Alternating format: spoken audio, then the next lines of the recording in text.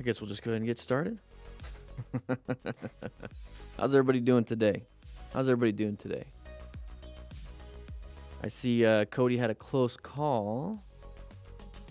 Danger Ranger, how you doing? Brian, how you doing? Beth Love Medina, how you doing? Mr. Johnson, how you doing? Shifty, gotta get to the garage.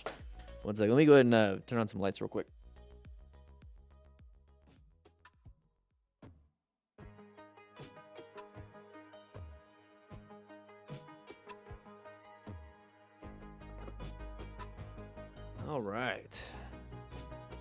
All right. Doing good here, Ryan. Doing good. We got some stuff. We got 3 videos today. Ryan, yeah, long time no see. We have 3 videos today. We're gonna be focusing on, man. There's like, I was looking at some of these, and they're pretty. There's like a lot of them. Like there's a lot of crashes. So we got some stuff we got to do today on that. Thinking about changing some stuff up. Hey, thank you, Martin. Thinking some stuff up on just kind of like how editing and everything. But I got some lessons for you. Having some fun here. We've got 2 videos this weekend, so you got to, what is today? Thursday. Okay, so Saturday, Sunday, you got those videos. But I want to put some more out for you. Not necessarily these super long ones, these super long videos, because I mean, if you're watching the live stream, you kind of see it already. That's kind of the thing. So I'm thinking about chopping them up a little bit, interjecting a little bit more, some more lessons. So I think it'll be good. Hey, Dan Fellow, first responder here, long-time viewer, knowing how to be safe on the roads. Nice. Hey, you do YouTube now too. Very nice. Just got back from your ride on the MT-07. Nice. How you doing, Shadow? Pass the BRC, thanks. Hey, you're Kyle. That's awesome. I'm glad you passed your class. Guys, you know how we do it. Once we get 100 likes, we kind of get started. But just kind of hanging out with you guys, listen to some music a little bit here. You know, just hanging out. Got my water. Got my laser pointer. So it works. Got my PowerPoint presentation. It's a good idea. Yeah, that's not a bad idea. I got some ideas.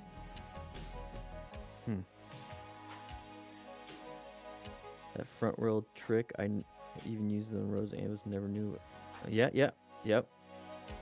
Will, how you doing? Juicy Deucey, how you? Yeah, you're kind of late, but it's fine. We just started 12 minutes ago. We had the intro and everything.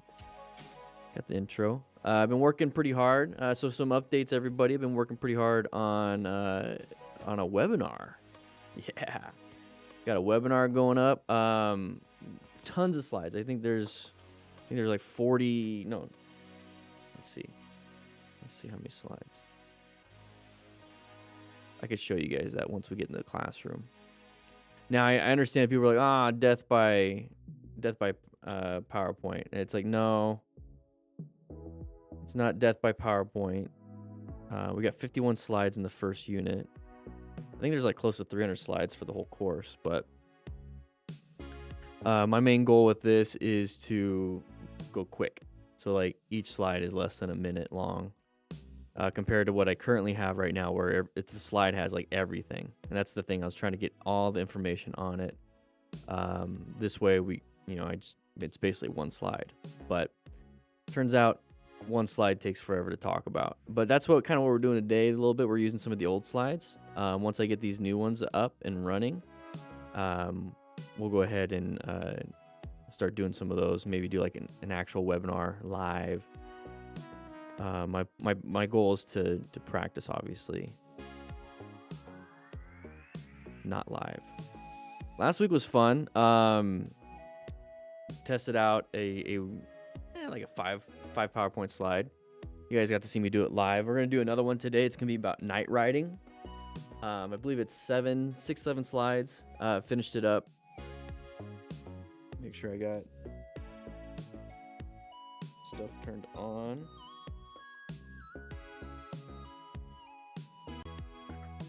Big old production. And my goal, I got so many different goals. This is kind of like, we're just hanging out.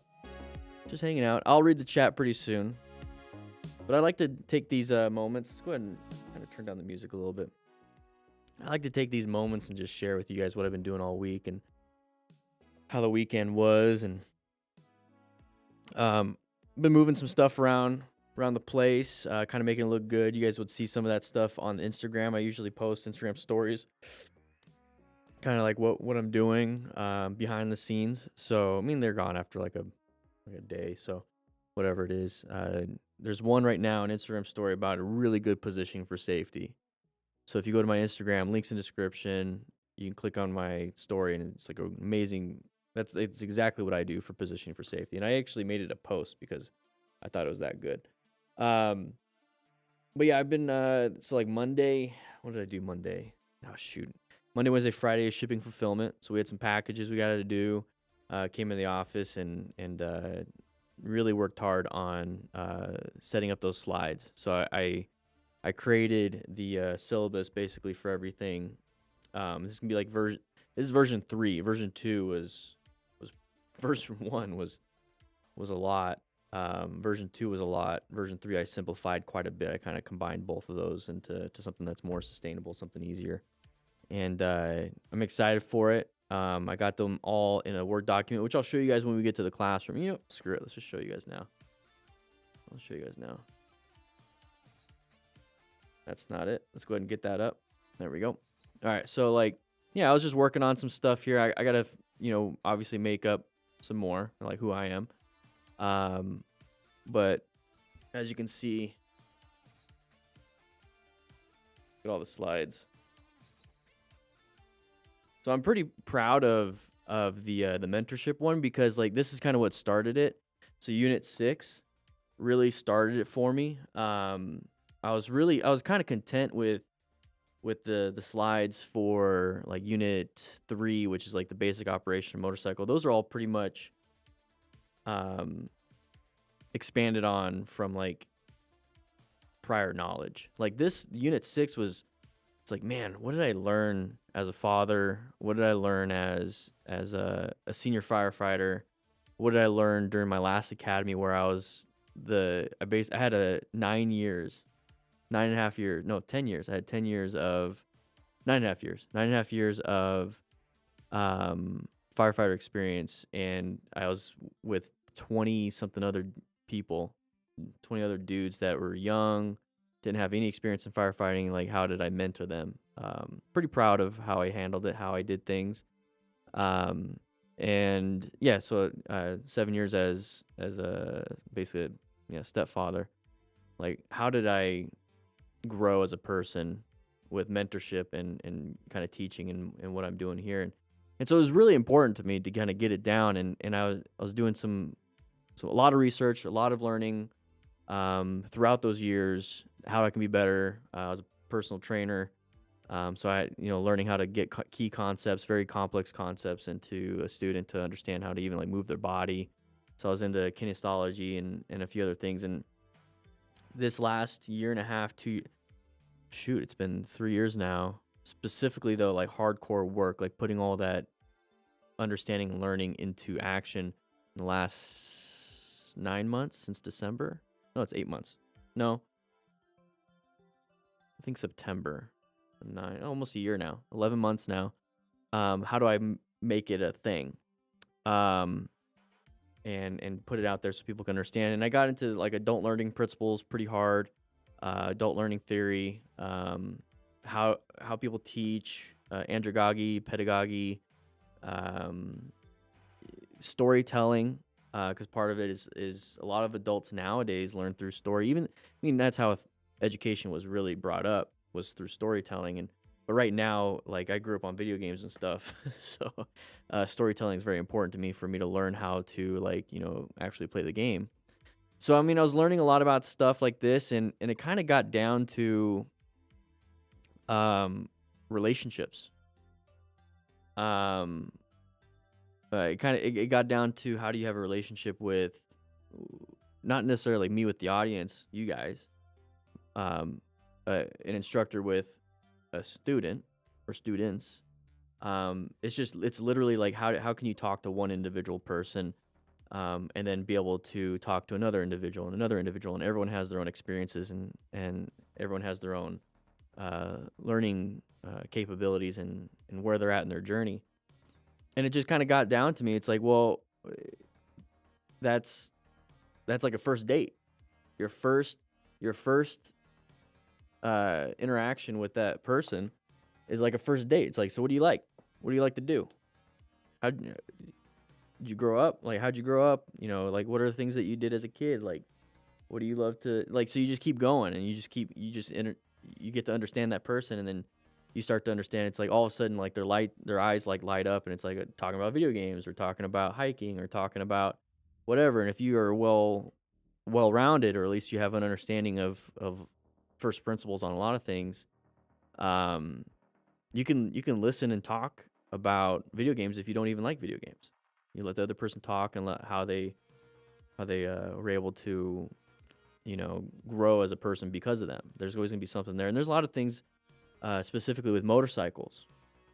So with my experience here with motorcycles, is that, you know, there's a lot of learning that I've done. You know, there's a lot of mental health that has improved because of it. There's a lot of, like, when I'm riding, I'm zoned in, and it's like I've been able to grow. I've been able to learn. I've been able to just constantly improve. And it's like it's a lesson right there. And it's like people can do that through playing the violin. People can do that through, you know, going for half marathons. People can do that through just reading books consistently. And so it's like, oh yeah, so what I got out of motorcycling, somebody's getting out of like reading a book, but now they want to ride a motorcycle. And it's like, well, I've read books, I've listened to books, so I kind of get that. So it's like that's how you start to connect with somebody. You start to be like, oh, okay, so like how you learned through books and how you learned, you know, like, you know, some chapters were not very fun, but you powered through it. And then because of that, you had the nice payoff of a great story and blah, blah, blah. So when you get to that, it's like, well, that's exactly what we're doing with motorcycles. You know, it's gonna be tough. There's gonna be a few things that are tough. There's gonna be a few things that you're not gonna enjoy, but once you get through it, you're gonna really enjoy, you know, the rest of this. And if you don't, you don't. And so it's easier to talk to a student and easier to talk to other people when you have this idea of just connecting with the person, and then just teaching the very basics of riding a motorcycle. Just the very basics: friction zone, throttle control, head and eye turn, handlebar turn. It's pretty simple. Braking, like, cool. Those are just like basic skills. Those are just, yeah, just like reading a book. You know, you open the book, you start on the top left, at least in America, and you just read through it. Here's some things that you can do. It's like maybe read 10 pages a day, maybe read a chapter a day. Here's how you can write notes if you want to. How to make it so you're a distraction, so you don't have distractions when you're reading. You know, so sit in a corner, sit in an area where there's, you know, whatever. First principles of how to read. You know, and how to have a good experience when it comes to that. Same thing with motorcycling. Same thing with playing a video game. Same thing with, you know, cooking. Whatever it is.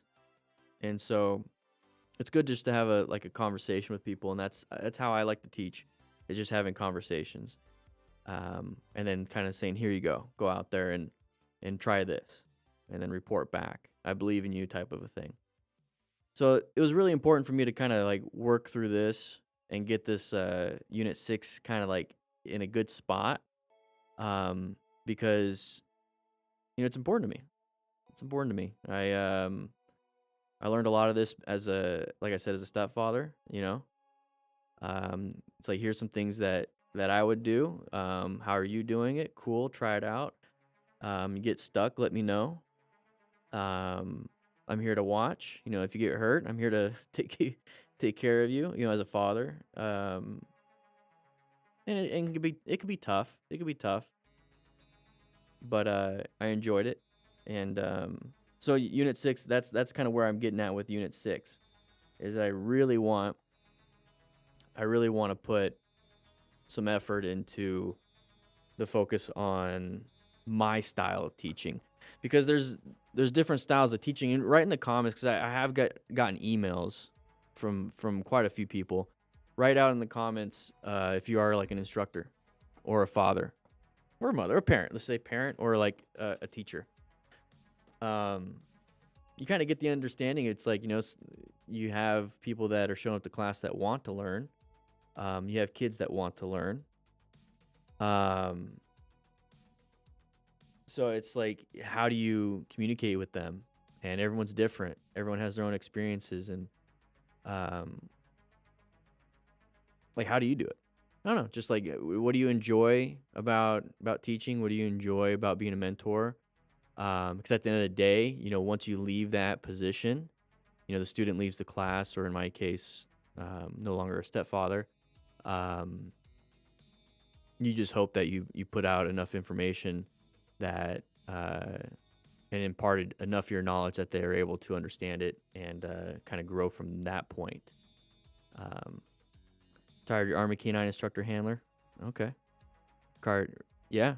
There's a lot of I mean, that's a little bit different with an animal, but there's still a lot of the same things, right? Having a relationship with a canine, positive reinforcement. I don't think with you guys you did any negative reinforcement, but or diversion or anything like that, but positive reinforcement, gamifying things. There's a time and place for training, and then there's a time and place for play. Like, yeah, don't mix the two. I'm back after a long time. How are you doing? I'm doing good, Opa.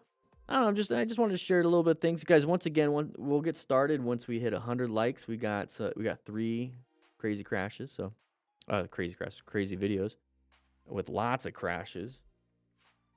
Positive punishment.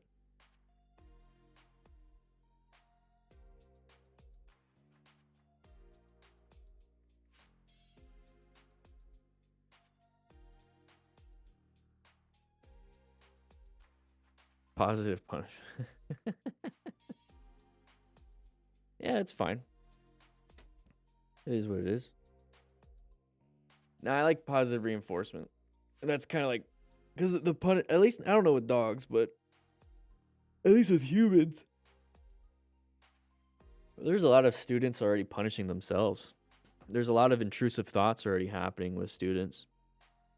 And so, like, they don't need a external validation of those intrusive thoughts, if that makes sense. And that's kind of like where I've struggled in the past. I mean, I've never told a student like they sucked or anything like that, or like any of that stuff, but I haven't been the most compassionate, I would say, stepfather. I was more stern and like, let's get stuff done. That's how I was taught to be a father. But as a student, my favorite teachers were the ones that were like, yeah, you failed. All right. You want to do it again? That's kind of like how I truly like it, because the students already beating themselves up. Yeah, they're already beating themselves up. Positive punishment and negative reinforcement. Yeah, okay. Yeah, that makes more sense. Something like that. I do remember that I was watching a Huberman lab, and they were talking about like, I don't know what animal it was, but it's they did like a study or something, and it was like animals in a cage or whatever, and they shocked the animal to get them to leave, and they wouldn't. I don't know. There was something in there's probably a different study, but there was something along the lines of there's a better interaction with a goal by having like a treat or something positive, and also having something negative. So I don't know how to relate that right now to much.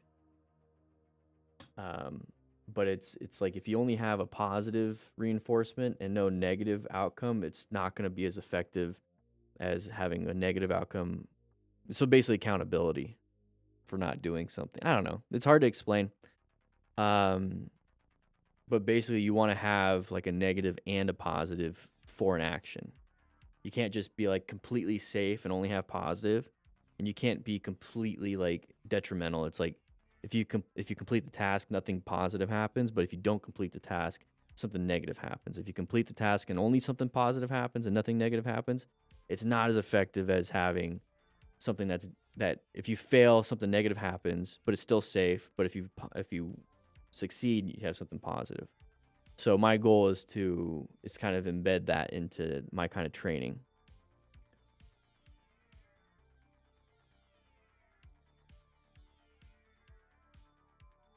Oh wow, Lionel, you know some stuff up. You know some stuff. Interesting. Riding for many years and here, side of the vehicle prepped and ready. And you're welcome. You're welcome. Guys, let's go ahead and get to 100 likes, and we'll get started. So, like for me, like when it comes to like the positive reinforcement, I got some stuff when it comes to like the smart rider drills that I have planned. The problem is I don't want to create. There's like nothing really negative outside of what I'm showing you with the after action reviews. I'm wondering. Oh, you're a dog trainer. Okay. That makes sense. So with the after action reviews, I want to show the negative, but also expand on some of the positives that can happen out there. So that's kind of like where I'm getting with those things. And I don't know. For me, I love educating more so than just like, hey, look at me, I'm an expert rider. It's like, nah, I don't. And it's all relative, right? There's a lot of things that are relative. Like to a brand new, nobody's ever ridden before, and I'm showing them like how I'm doing U-turns like easy or whatever. I look like an expert to them. But when you like put me next to like I don't know, a lot of people, to be quite honest, you're like, oh, that person's an expert. Daniel just knows a lot, and this guy's an expert. So it's all relative, and right now what I'm trying to do is work towards the bottom of the rung of the bottom rungs of the education ladder, and just kind of get people to start getting on that ladder. That's my goal, and that's always been my goal. That's why I focus mainly on the basic stuff. And right now I'm after the basic smart rider is completed, and it's it's mainly focused on people that have already been riding, and it's kind of like a refresher when it comes to the basic operation. My goal is to work or create a new series that is focused on permit holders, those that are getting their permit and that have a permit but don't have a license yet, because there are restrictions that when it comes to that. You can't ride like on the interstate, can't ride at night, can't ride with a passenger. In some places you have to, like in Canada, talking to somebody, or I'm talking to these two women on Instagram, Tessa and Lizzie. Lizzie has her license and Tessa doesn't, and she's mentoring Tessa. And I guess in Canada, I didn't know this, but I guess in Canada, in order to ride on the road, when you have a permit or something, you have to have somebody with a license with you riding. So, like, to me, I was like, wow, that's like the mentorship thing, but that was a restriction. So I was really interested in what kind of restrictions were in place for those that can ride on the road. So I'm over here like teaching, the smart rider principles, plan method, MTC awareness stages, but somebody that can't even ride on the road yet can't even do that. So I'm like, oh, okay. How can we teach this? Same in Maryland? Oh, so how can we teach this to a permit holder? And that got me thinking.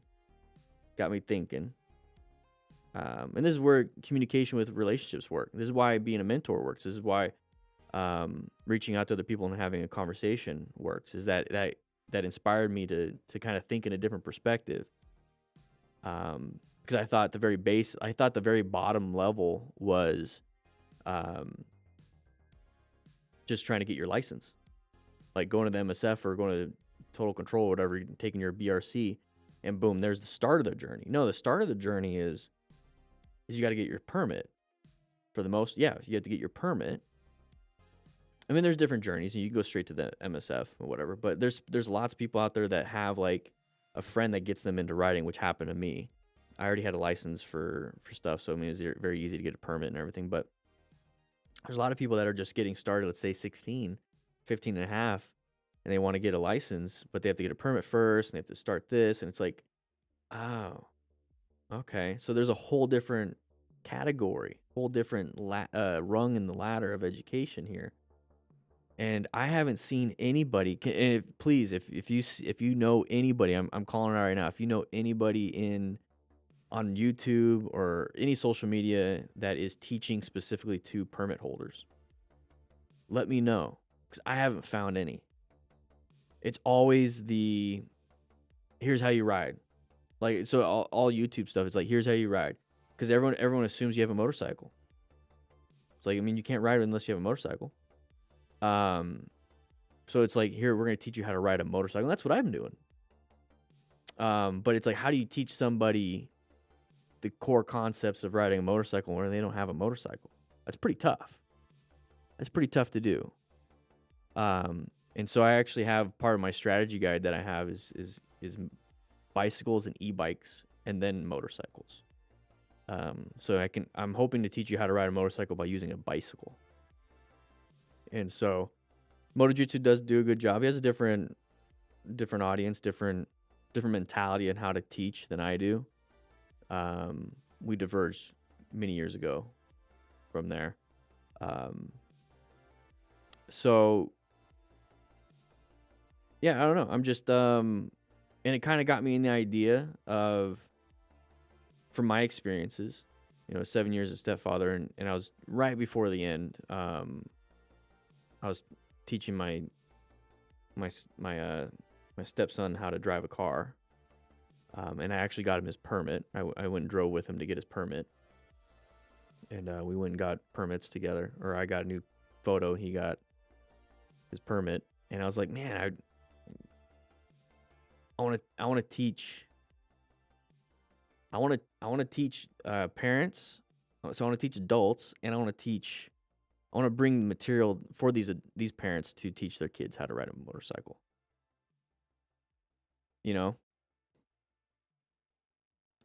James, yeah, I agree. Bicycles not prepare you to balancing, weight, leaning, or learning to turn, lean, change gears. Not the same. Yeah, no, I agree. It's not going to teach you everything. It's not going to teach you how to shift, but it will teach you the concept of direct steering. It will teach you the concept of counter steering. It will teach you the concept of counterbalancing, head and eye turn. It will teach you a lot of things: suspension, front brake, rear brake, how they affect your turning, how they affect everything, the weight transfer and everything. It won't teach you shifting. It won't teach you throttle control. It won't teach you clutch control. It won't teach you any of that stuff. Once you get into e-bikes, there's some e-bikes that I have here. Then you have a throttle. So it'll teach you how to teach you throttle control. It'll teach you how to use your turn signals. There's a lot of e-bikes. I'm looking at some e-bikes. They'll teach you how to use turn signals. You're at a higher rate of speed without having to pedal. So now you can focus mainly on what's in front of you instead of having to pedal and see if you can go fast. And so by the time you get to motorcycles, the only thing you really have to do after that is recalibrate the weight. So yeah, it's a heavier thing. You got higher speed, but you already understand throttle, but you're gonna have to learn clutch control, and then you're gonna learn shifting. So basically at the end of the day, when you finally get to motorcycles, let's say you're 13 years old, you've already been riding a bicycle, but you got an e-bike. So for the next 2.5 years, you're riding e-bikes, and all of a sudden you're 15 and a half and you're like, I want to ride a motorcycle. Hopefully your parent or friend or uncle or whatever family member is like, okay, so a motorcycle, now that you've been doing all of this and you moved into a motorcycle, we got to learn about shifting. We got to learn about throttle control, friction zone. This is a heavier machine, so your counterbalancing is a little different than your e-bike and your bicycle. Make sure we're checking our mirrors, but thankfully you've been practicing that on your e-bike. Suspension's a little bit different. I mean, everything's a little bit different, but it's basically 2 wheels, suspension, a motor, and brakes. And so like when you get to the motorcycle after you've been learning how to ride a bicycle and e-bike growing up, it's super easy to ride a street bike. Now there's definitely parents out there that are teaching their kids at 4 or 5 years old how to ride a little not a mountain bike, a little dirt bike. So there's like so many different things that we could be doing, and I'm not trying to teach those parents that are putting their kids on dirt bikes at 5 years old. Sounds like they're doing a great job, and they obviously have experience themselves. I'm talking about teaching kids that I'm talking about teaching parents how to share their passion in a way that I would do it. That's it. This is how I do it. And it is how I did it, because I put my kids on bicycles and I got them e-bikes. And before I got to go into motorcycles or even cars, things ended. So fortunate run. I think you're in this one. Yeah, you're in 498. Yeah, I got it. You're in this one.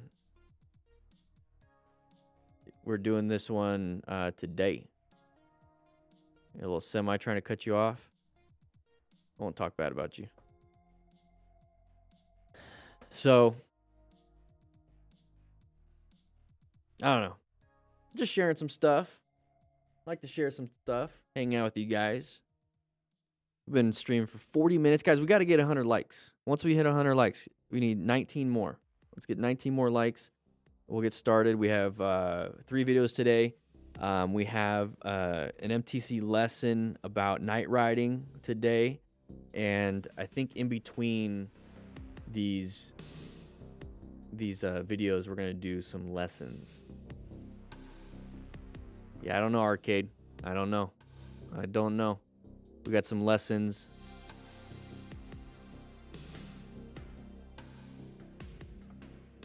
Let's see, what lessons do we want to do today? We'll probably do...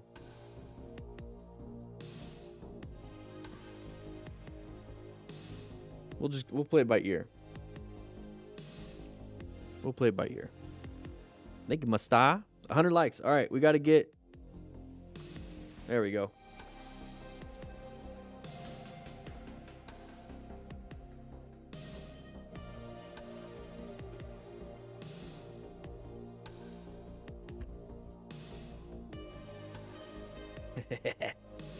Oh, I gotta get my pen out.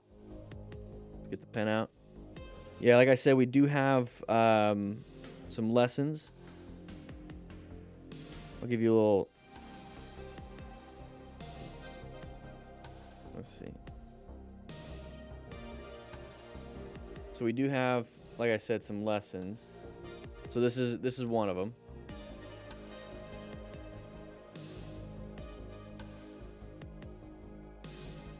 We're going to be talking about this one.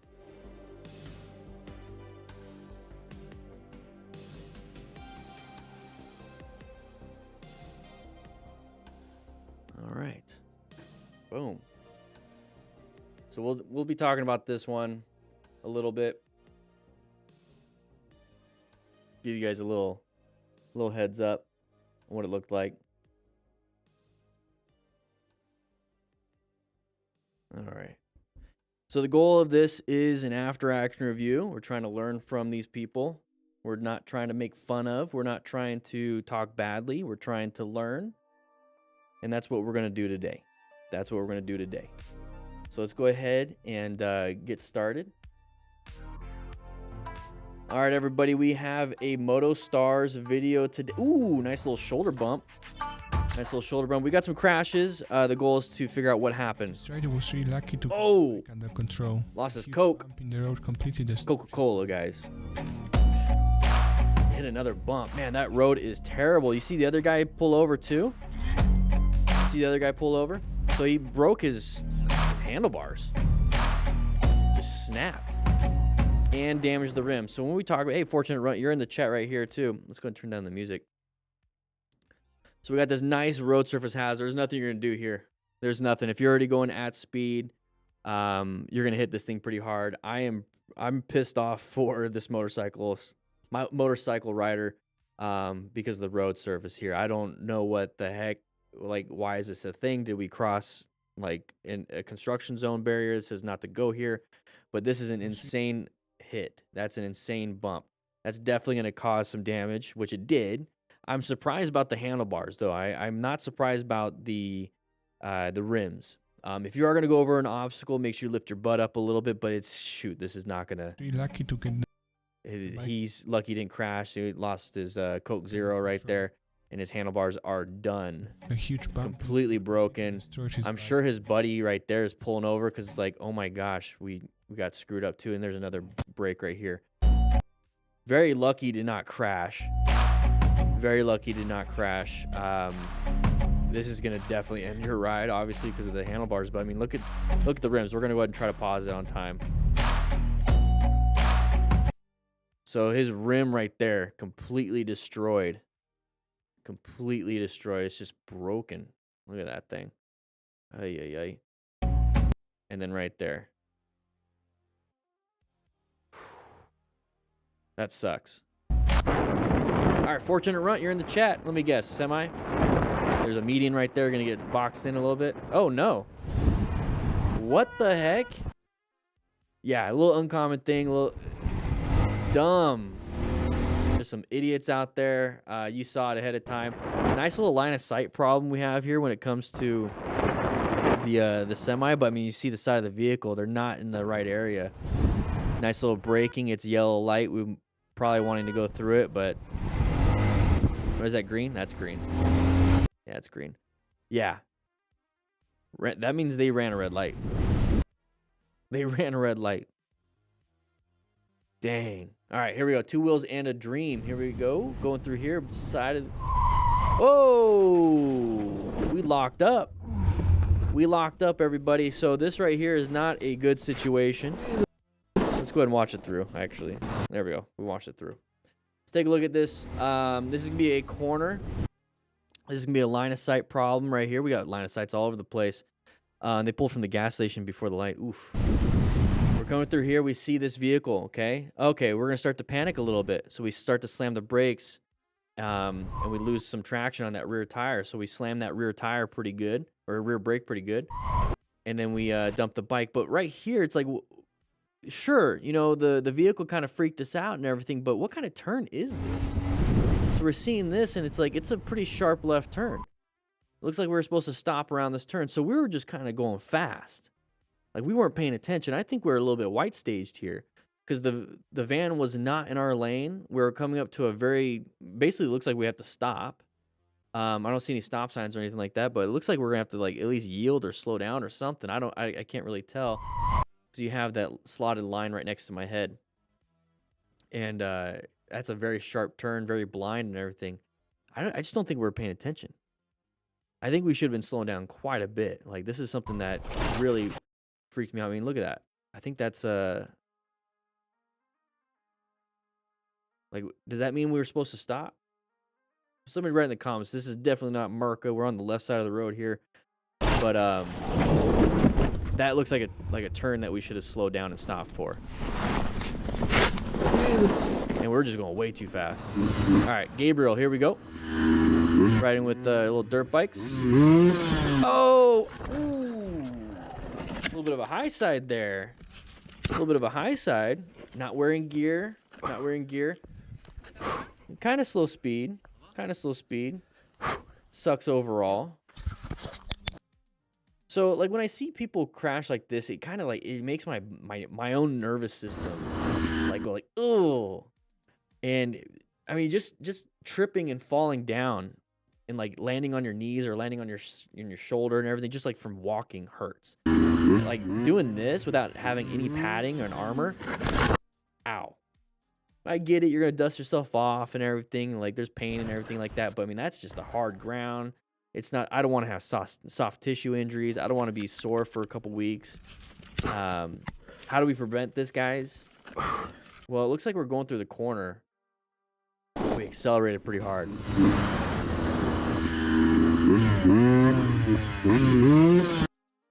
We accelerated right at the beginning, or right when we start losing traction. That rear tire lost traction. Could have been a road surface hazard also.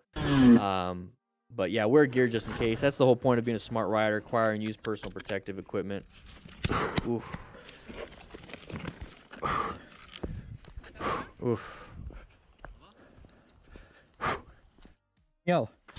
Yo. Yo, yo. Oh! Oh, we dumped the bike. We just completely dumped the bike. Let's get out of the way. So we have... Such a manner, the driver made a heavily surprised biker brake to panically, completely losing control of the bike. Oh, man.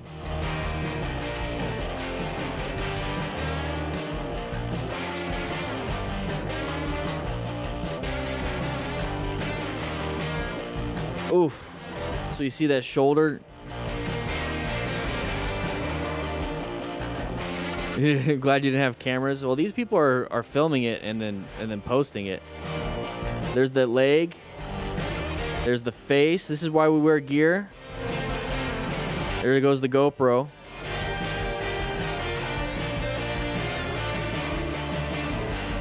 Okay, let's go back just a little bit. Let's take a look at this. Let's take a look at this. Yo. So we came around the corner and we dumped the bike and we fell down. Now, why did we do that? Yeah, we have somebody in our lane right here. And then you see the immediate jump, like watch the front end. So in a couple frames, it dives down. That is slamming that front brake. Okay, so when it comes to braking, so here's one of the big things here is that you want to have that smooth progressive braking. Now, this is definitely an emergency, right? So when we talk about planning our ride, position for safety, locate hazardous situation. It's a blind corner. It's a corner itself, so it's orange stage. Assessing if it's a relevant threat. Yes, it is. And so we start to navigate this. Now, navigating active threats, we can either have an escape path or we can do emergency braking. It all depends on kind of the situation here. But one of the things that we don't want to do is go into a panic. If we go into a panic, it's going to really emphasize something to us later, and hopefully we're watching this here, is that we need to practice. We definitely need to practice. So when it comes to braking, you want to practice your progressive braking. And progressive braking, I'm kind of standing like this, but think of it as like an orange. So we have an orange in our hand. We have a glass of right here. And we want to get that orange juice inside the glass. We don't just smash it because you're going to get orange juice everywhere. You want to squeeze. And you squeeze like a little bit, right? But then there's no more orange juice coming out. You have to squeeze a little bit more. Now there's a little bit more, but then it slows down and stops. And you squeeze a little bit more, now it slows down and stops. And you just keep going until you get all that orange juice in there, right? That's progressively squeezing that orange, progressively squeezing that front brake. Now, you can do it quickly, right? You're not doing like, okay, now it stops. Now, okay, now it stops. No, you're squeeze, squeeze, squeeze, squeeze, squeeze, squeeze, squeeze, squeeze. You can do that on the bike. And I'm using 2 fingers, but you can grab the 2 and then you can reach in for the 4. But you're going to squeeze, squeeze, squeeze. And the more you get weight on that front bike or front suspension, which we see right here, you see the weight transfer. So this is really quick though, really quick transfer. It dumps down. Once you get that, you can squeeze even more. You want to keep your handlebar straight, which is kind of tough to do right here in this situation. We're in the middle of a turn. That's why I always say straighten it up and then squeeze. But I mean, you can also look for escape paths here. You want to use the clutch lever, squeezing the clutch, because once you squeeze down everything, let's say you're in 4th gear around a turn, and you squeeze everything, you're going to stall. So you want to squeeze in both. And the clutch, you can squeeze all the way. But if you recognize the clutch, you can squeeze all the way pretty easily, but the front brake gives you that tension. So just remember, if something's giving you tension, go ahead and squeeze it progressively. Then wait for that weight transfer, and then you're going to be able to squeeze even more. You practice in a parking lot, get up to about 15, 20 miles an hour, and squeeze, and then you're going to feel the weight transfer. And then once you squeeze a lot more, you're going to just stop. But right here, this is definitely going to be squeezing way too much. ABS will kick in on some of these things, but this is a turn. So not all bikes have lean angle ABS. Okay, a lot of bikes just have that straight line ABS.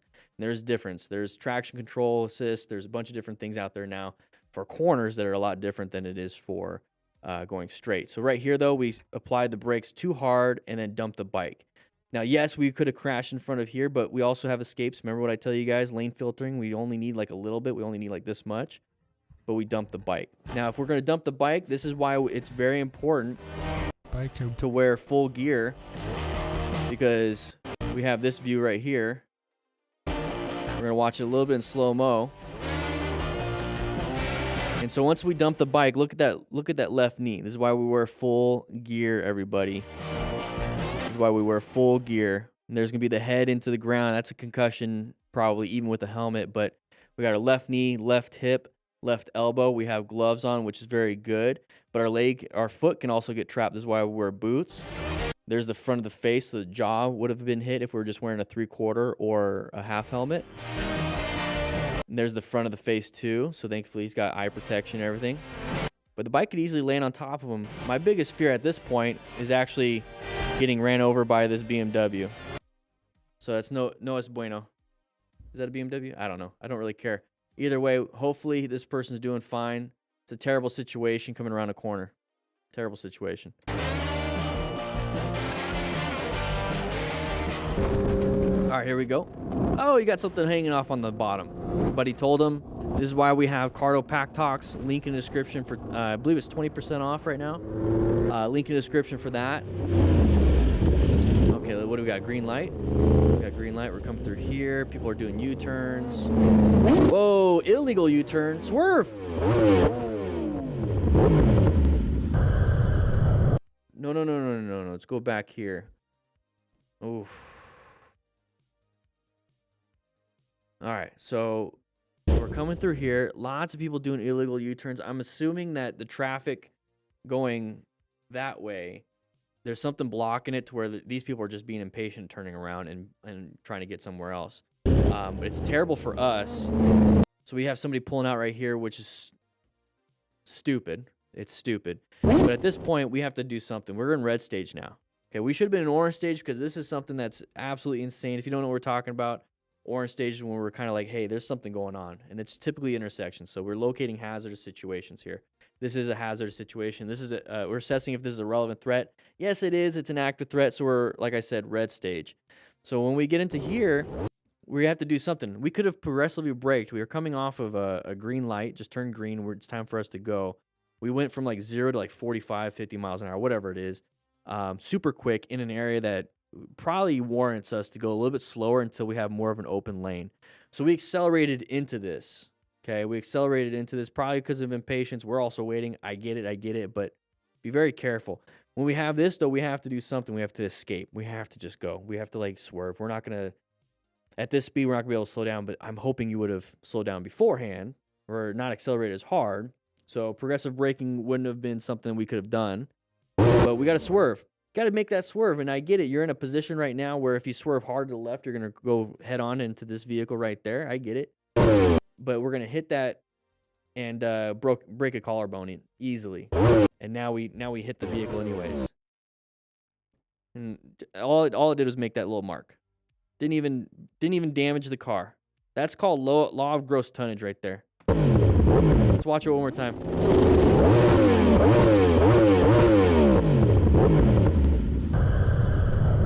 William, here we go. Big open road, having some fun, doing the speed limit probably, 80. It's probably 75 there, a little 5 over, not a big deal. Ooh, merging areas, swerve left. So slowed it down, didn't have to stop. Hopefully that's the exit he wanted. So he didn't have to stop. So we're going 80. So when I'm looking at these videos and I'm doing after actions, I look at the speed, I look at the environment, and then I start looking for patterns. So I look for gear after the fact, but I look for speed, the environment, and some patterns here. So right now, okay, we're doing pretty good. We're on the interstate, so that's the environment. We're doing 80. He's doing a head check, doing his mirror, switching over, and now we're coming up to here.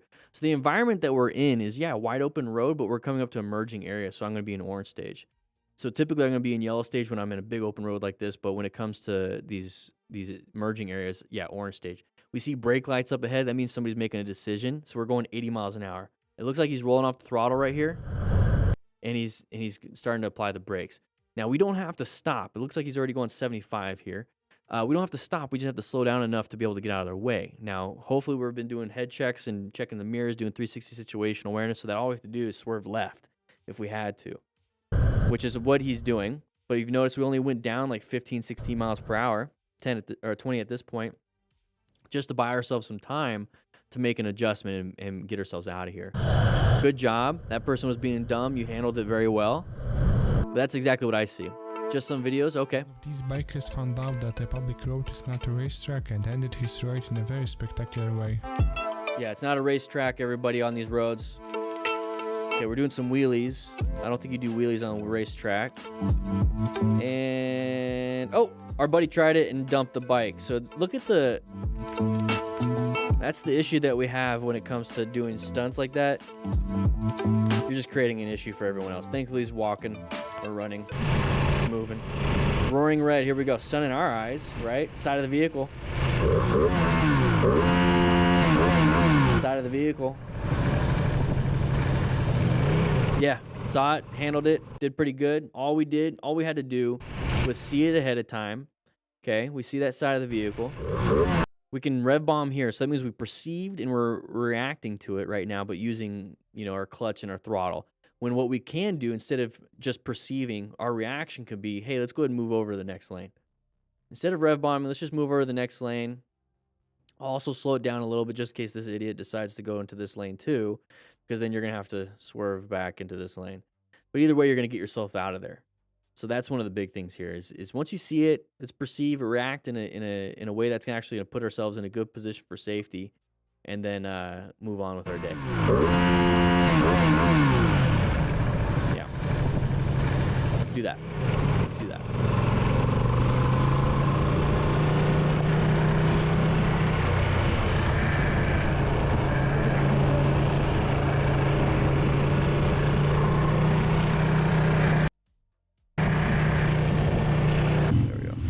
Swedish pancake maker. All right, interesting names, guys.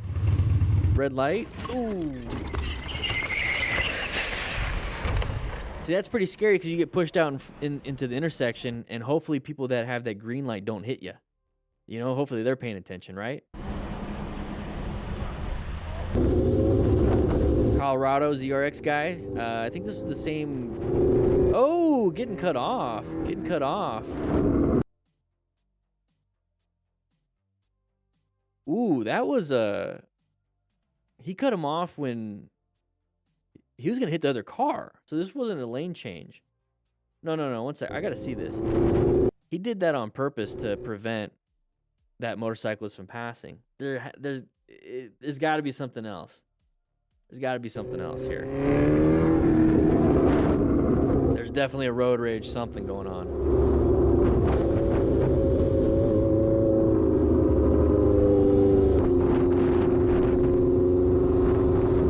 Something going on here.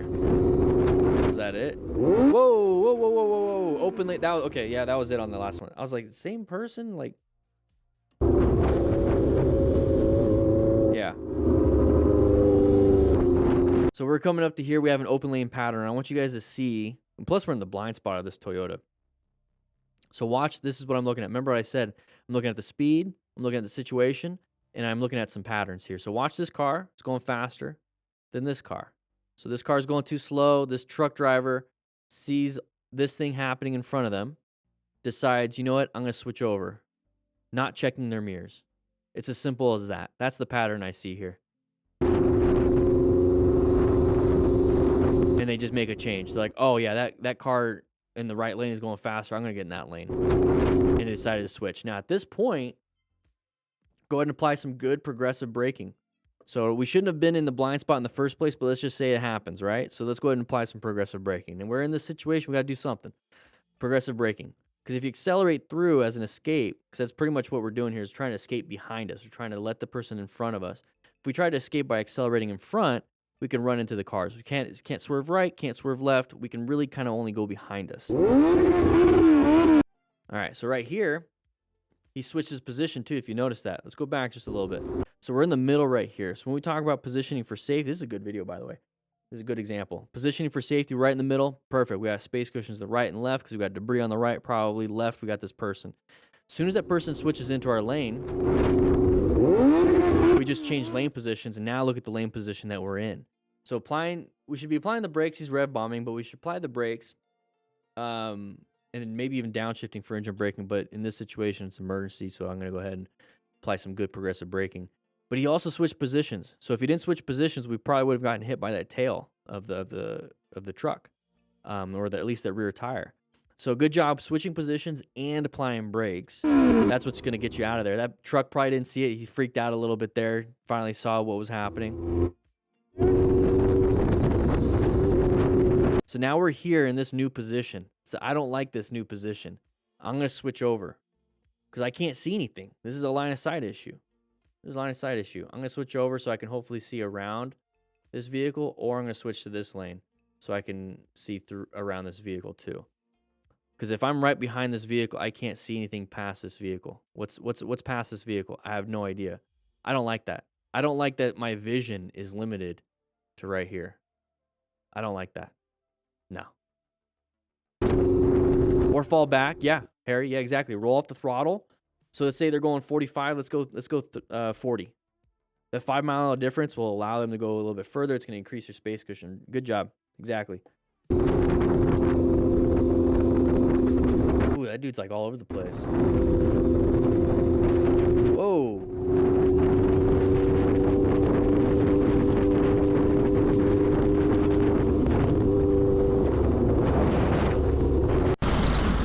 For some unknown reason, the driver thought that blocking the rider would be appropriate in this situation.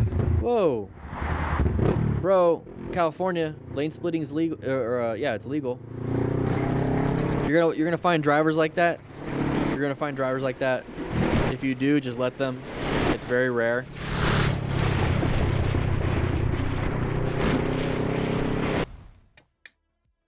All right, no audio on this one. Good. Oh, they're moving. Still moving. Still moving. Still moving.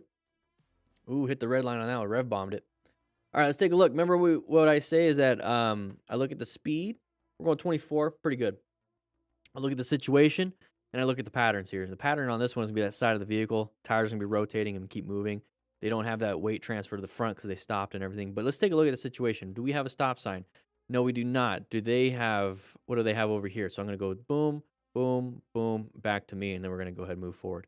That's how I like to do things. I like to do a little counterclockwise. So we have a one-way, do not enter, so we can't do that. Nope, can't do that. So that means we have only people going this way. I'm assuming they might have stop signs or something like that. I see something there. It looks like a stop sign for them. So they have a stop sign. We can't turn right.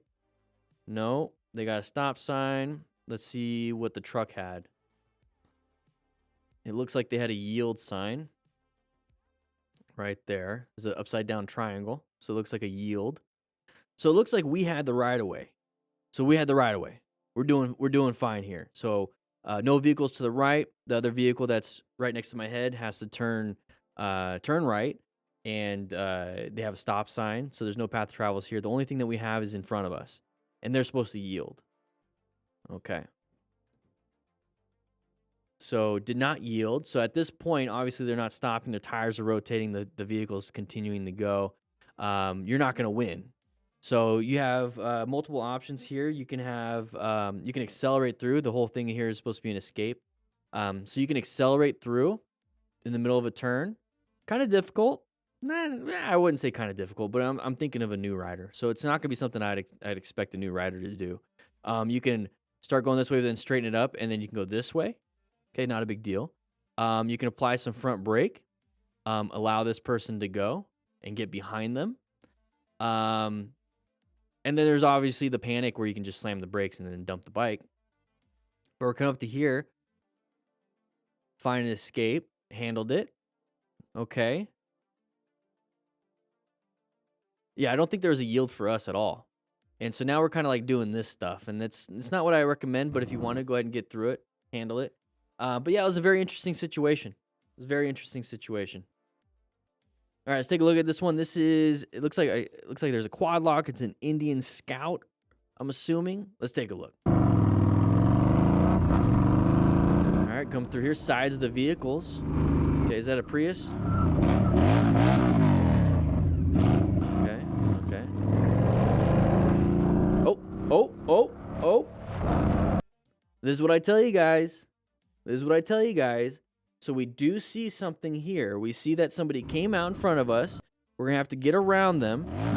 Okay, we're rev bombing, doing our stuff, telling the person to go. We're getting pissed off. I get it. We allow them to go. And now we're looking left. So when we talk about turning your head and looking where you want to go, and when you're doing your U-turns, and it just makes things easier. So if you're just driving straight right here, if you're riding straight and you look left, guess where we're going? Yeah, we went left. We're in the other lane. We're in the other lane now. So imagine if there was a car there. We just ran into the car. You don't look back to get when you're pissed off. Look forward. You pass the situation, go forward, move on. Because this kind of stuff, man, how embarrassing would that be if you ran into a car? How embarrassing. All right, here we go. Side of the vehicle poking out. Good job with the braking. Good job with the progressive braking. Handled it.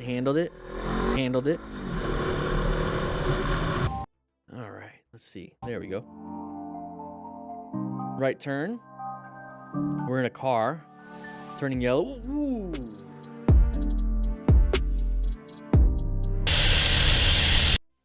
Whoa! Let me get out of the way on that one. So, yellow. Ooh!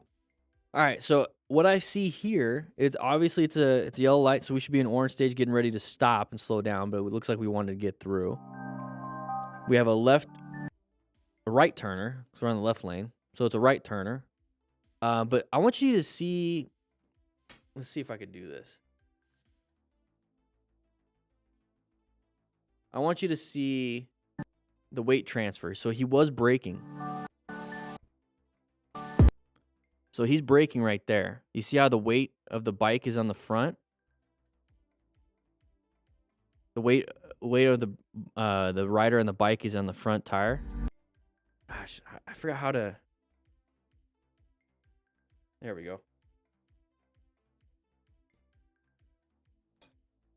So watch the bike.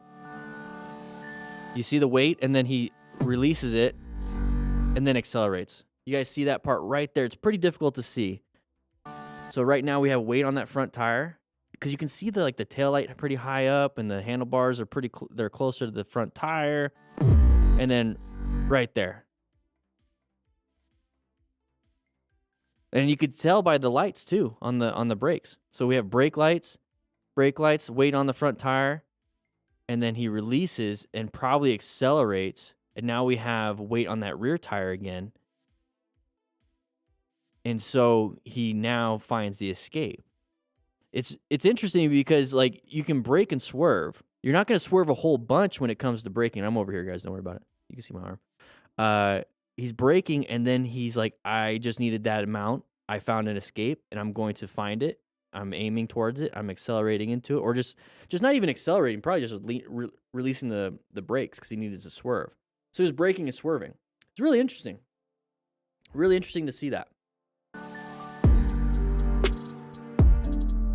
Wasn't smart, but handled it. All right, here we go.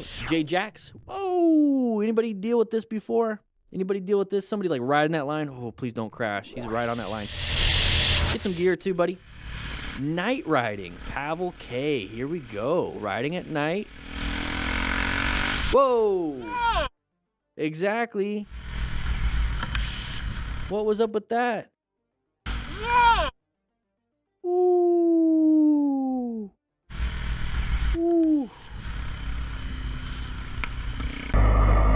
Oh, man.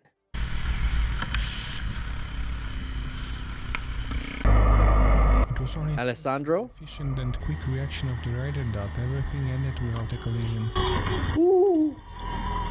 Got lucky side of the vehicle there.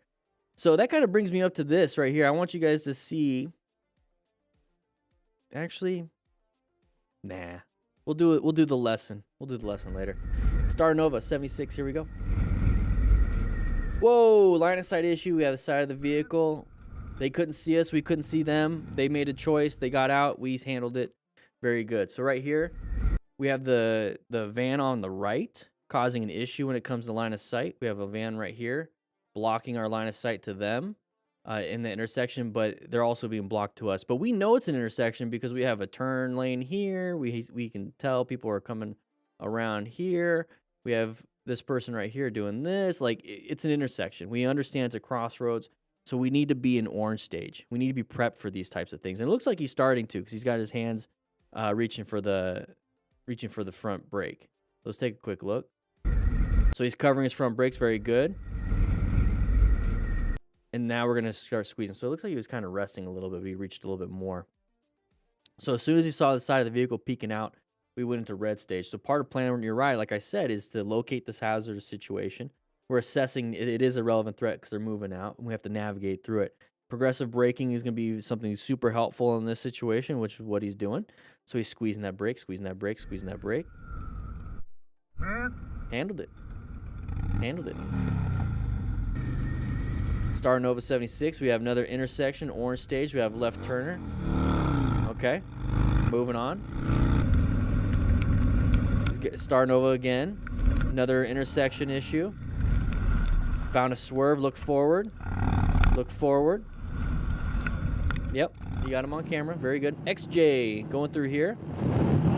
We got lots of sides of the vehicles. There's one right there hidden by the shadows. Was able to slow down and then move out of the way. Okay, pretty good, pretty good. Scooter Chronicles, how you doing, buddy? Switched over. Okay, switch back because that person slowed down. Okay, we're kind of moving through things. I don't think that's Scooter Chronicles. It looks like the same person. This is Scooter Chronicles. All right, Scooter Chronicles. We're going pretty fast. Found an escape. It's not something I recommend doing, guys, but you found the escape. Don't be doing that. It's a little bit too fast for the area. CBR Brandon, side of the vehicle. Another one.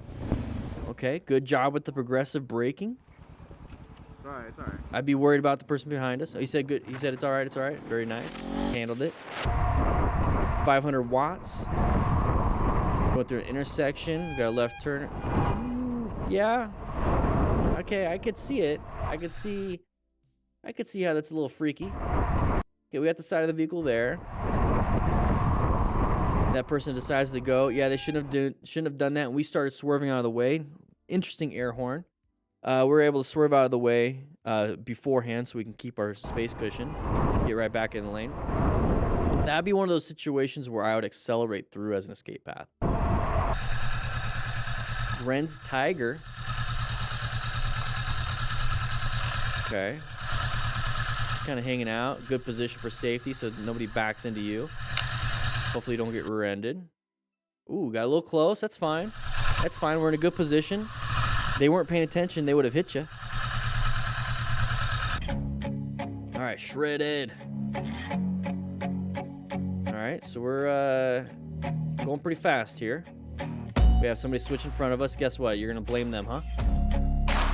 Yep. I mean, if we're going too fast, they weren't anticipating you. You looked like a small dot back there. All right, keep riding. Ooh, we got an open lane pattern coming up in front of us. Jeep, don't move over. There it is. You guys saw it? Did you guys see that? I mean, take a look. Let's go and watch from the beginning. So right here, we switch lanes, right? We switch lanes. We're talking about human behavior here, not terrible drivers. This is human behavior. It's like we don't want to wait in line. And so we switch lanes ourselves. We probably checked the mirrors. We're probably at the back, whatever it was. We're in the back now. So our lane's moving. Jeep, first opportunity. Switches over. Found the escape on the shoulder. Did a good job. Looks like he's wearing full gear. Looks like he's got a suit. So good job planning your ride. Okay, good job. Assess the relevant threat. Navigated. Simple as that. This can happen. I'm not saying that he didn't recognize this pattern, so he's not a good rider. No, this happens. It just happens. It's good to see it, so you're kind of prepared for it. But when it does happen to you, what do? We find an escape. Handled it. Thanks for watching till the Oh, you're welcome, MotoStars. Thank you so much for being a part of our learning lessons today. Sign up for the MTC Rider Academy. Grab yourself a cardo. With that said, hope you guys ride safe, be safe, and I'll be seeing you guys later. And that was a 35-minute video. Jesus. We do have, let's go ahead and break it up just a little bit while we have you guys still here. We're going to be talking about night riding because we did have somebody riding at night and we started having some issues. So let's go ahead and talk about night riding here. Let's go ahead and figure out what's happening with that. Give you some tips so that you guys can understand what's going on. Let's go ahead and switch over to this mic. All right, everybody, let's go ahead and talk about this. So night riding. It's a lot of fun. There's a lot of different hazards out there. I get why you like the ride right here. I mean, it says, it just feels different. You get to see different, cities look different at night. And I get it. It's fun. I love doing it. But I want to make sure I have my headlights on. We're going to talk about all of that. But it can hide some things, the discolorations in the road. So we were talking about looking for road surface hazards. It's harder to see manhole covers. It's harder to see the tar snakes. It's harder to see animals coming on, especially the animals that come out at night. They're typically like, coyotes, and they're all out anyways, but a lot of different animals at night, even oncoming vehicles. So make sure we're using the plan method, okay? So make sure we have our headlights nice and clear. So just like having our glasses, like sunglasses all smudged up, it's hard to see, is blocking some of that information going in and out. Same thing with your headlight. If it's super dirty and nasty, it's not gonna be putting out exactly what it needs to be putting out. And if it's putting out terrible light and it's just a bad headlight, let's go ahead and replace it, okay? It is our main light source. We only have one. Cars have two. Cars have two. And I have an echo here. Let's go ahead and restart that. Damn it. I'm not looking at the chat. We have a team. Hey, super sticker. We're going to go back. Had a good intro. Had a good intro.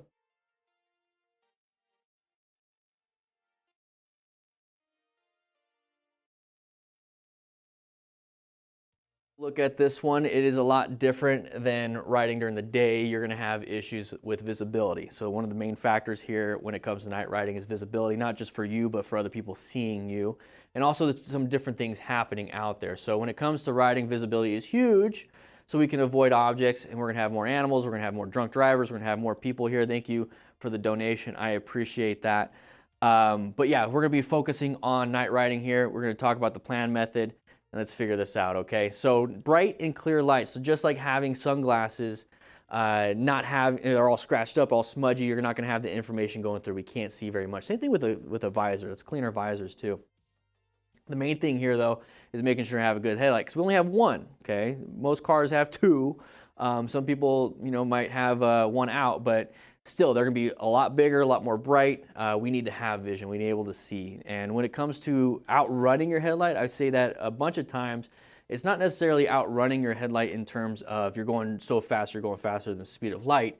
It's that if your headlight's only putting out 100 feet in front of you and you're going so fast that your total stopping distance is 300 feet, that's outrunning your headlight. You have 200 feet that you're hoping is clear because you can't see it and you're hoping you're going to have that room to stop. So let's not go super fast, and it's also another reason why we should have a really good light source, okay?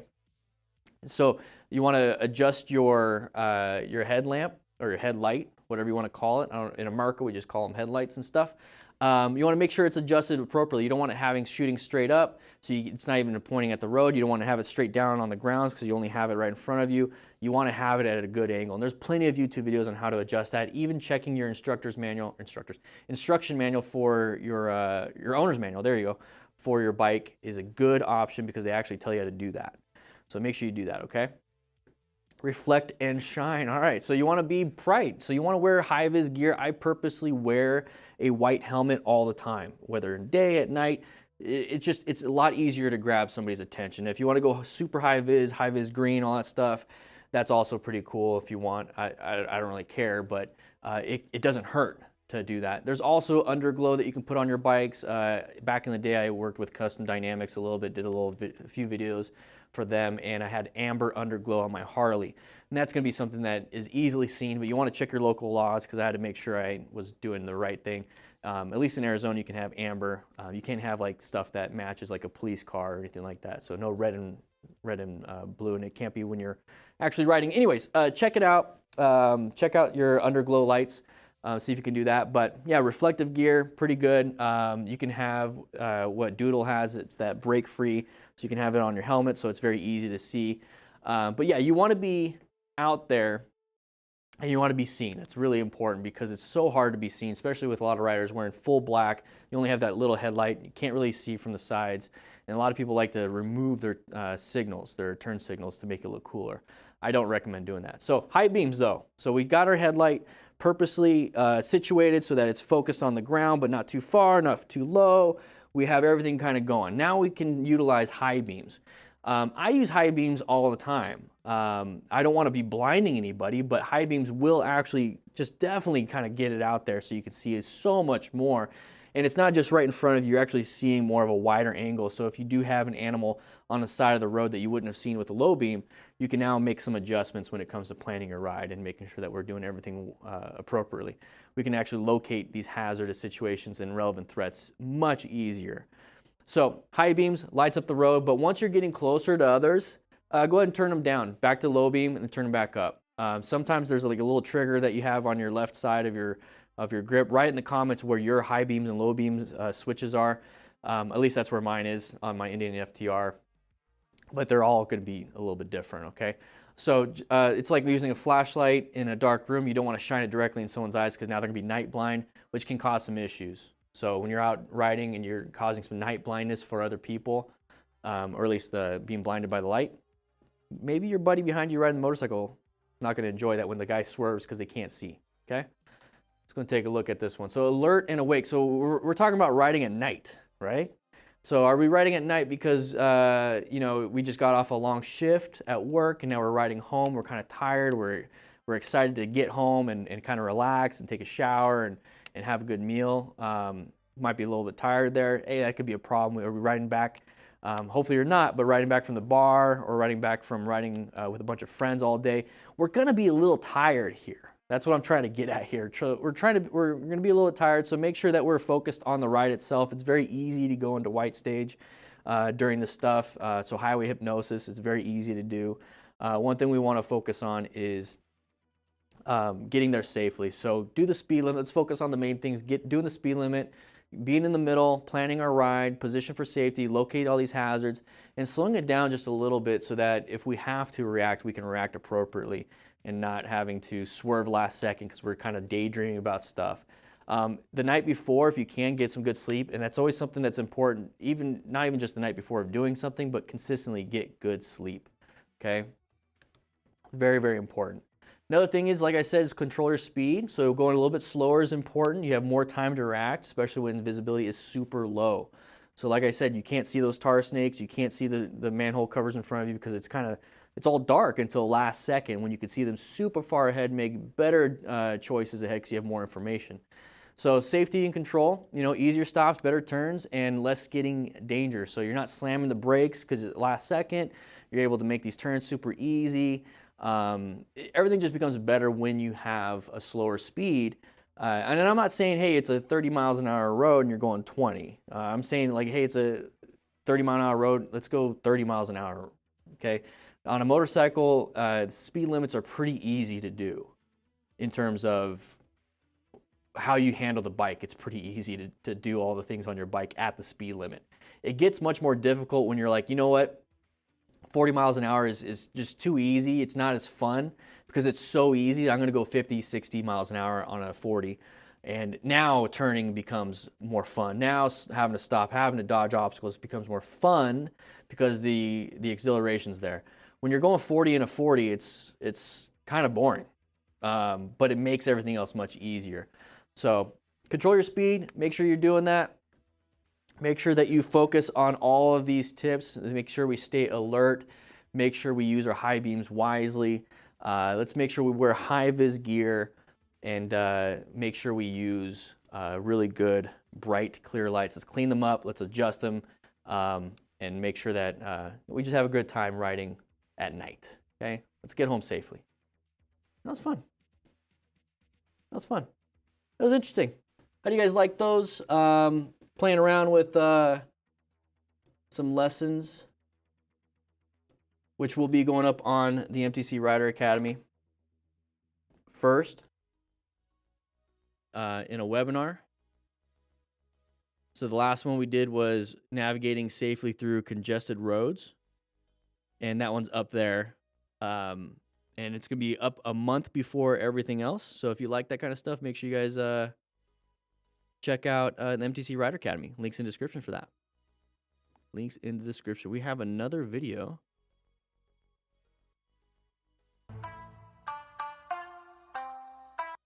We have another video. What do you guys think? Love night riding? Yeah, watch for potholes. Those are pretty tough to see. Tinted visor at night is a no-no. Very good job, Dopey. Forgot to put that in there. What analogy did you like, Arcade? Which one? Love the feedback, guys. Speed can catch you by surprise. Yeah.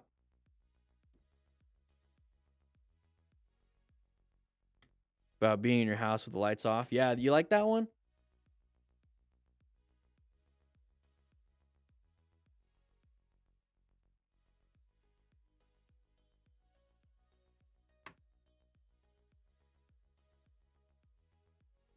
You move slower because you know there might be a toy or shoe in your path. Yeah.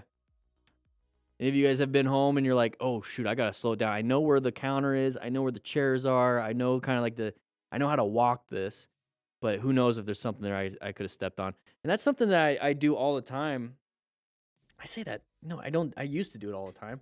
As a firefighter, we do blackout drills. And so knowing your body and knowing the system you have and knowing everything without seeing is very important. And as what I used to do is I like to try to walk around my house with my eyes closed. Just to see if I memorized everything. And it's a fun little thing. It's a fun little thing. Has anyone used the break-free tech helmet light? I think there's... I mean, is that the one that Doodle does?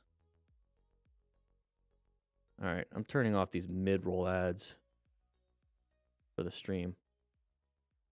Yeah, don't use tire shine. Yeah, that's something that I don't think I had to tell a bunch of people, but you'd be surprised.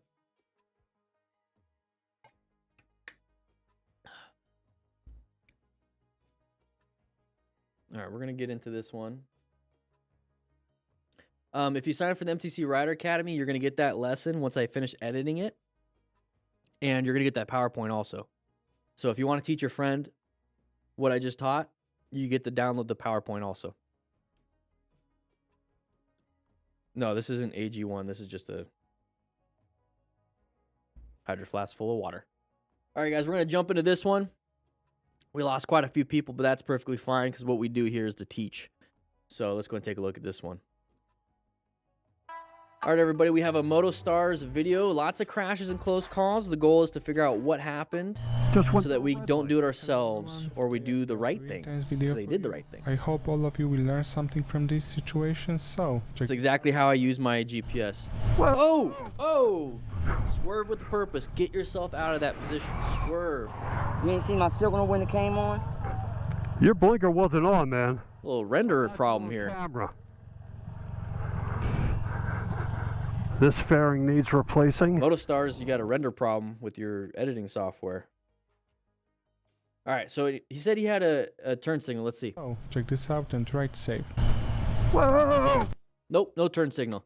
All right, so we have this coming up. We can't see what this person's doing. We need to treat motorcycles and other people on the road like their cars too.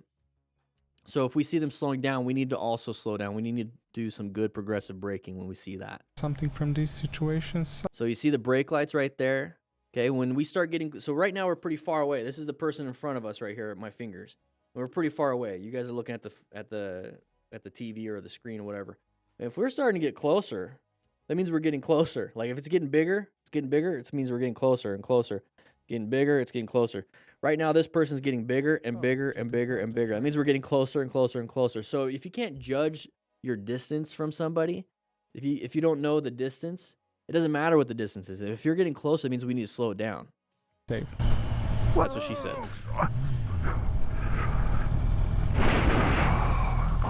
You ain't see my signal when it came on? No. The green render errors. Man, I got you on camera. This fairing needs replacing.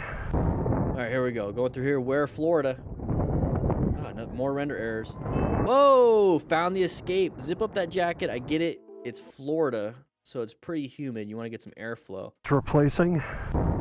So we're coming through here. Should be the first available lanes. We should stay in our lanes. So we're staying in our lane. You see the dotted line right there. This person decided not to. They crossed that line right there. So we don't have much here. Can we apply the brakes? We could do some progressive braking here. But what we chose to do was to use that escape path. We're going to accelerate through here. And that's a perfectly good option. Perfectly good option. It worked. So he's accelerating through here. Got through it. Handled it. Handled it. Zip up the jacket. If you still are hot with a jacket like that, you're probably still sweating. But just understand you're going to sweat anyways. So zip it up. It's going to prevent it from flying off you. This is perfectly fine. That's perfectly. It's eye protection. Helmet's still good. But right here, if your jacket starts to fly off you because you're being, flown around, that's not going to be good. Kentucky Rider, here we go. You're going to be a merge issue, aren't you? gonna be a merge issue. There it is. Brake, brake, brake. Good positioning. Moved over. They can't see you, dude. They can't see you. They're not gonna. There you go. Finally saw you. Now we can accelerate through. Good job positioning for safety. Moved over and then decelerated. And ooh.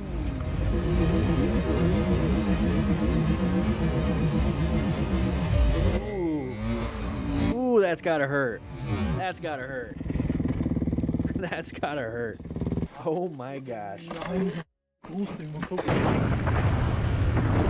Let's take a look at that one more time. He sees it last second. Sees it last second. There is the impact. Oh man. Knocked him down.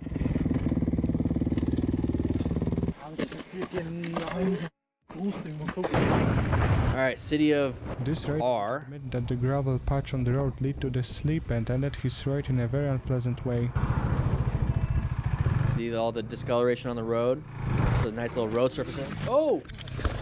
Oh my god. Oh! Ouch. Oh.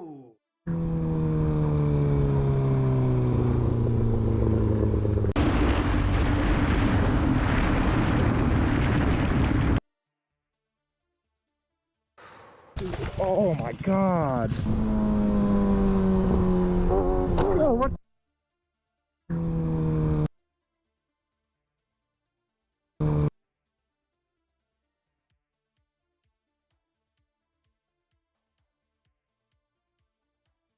You live on a corner. I'm assuming your dogs do this all the time. At what point are you going to keep your dogs in your yard?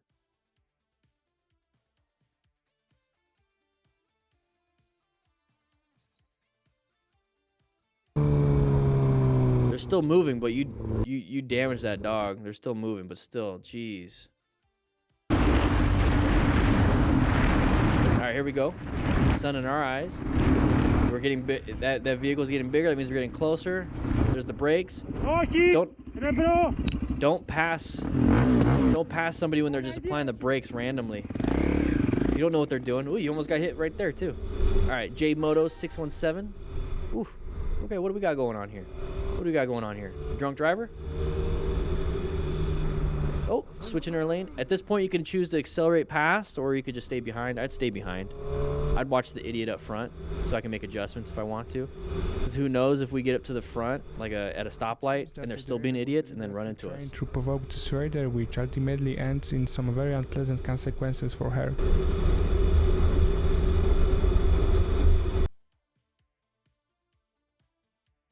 I don't care about road rage stuff. Don't care. Here we go. Riding in the mountains with our buddies. Nice little turns here. Somebody didn't make the turn. Oh, no. Oh, no. That rear tire started sliding out. We're going a little too fast. Did he hit the rocks? Ooh, high side. Ooh. There's the high side. There's the crash. So this honking can work.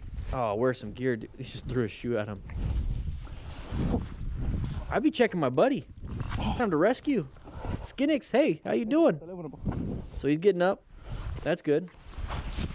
Did he have a jacket? He had a jacket, helmet, gloves. Did he have pants? But those shoes were not motorcycle shoes, were they? Good job with the side stand. Still there. Okay? Phone's gone. Let's take a look. So he's got all that, but he threw the shoe. His phone's on the ground. Okay, phone's gone. So when it comes to this, okay, we saw the crash. We definitely saw the crash. So let's talk about personal protective equipment real quickly, okay? So make sure you're wearing a full face helmet.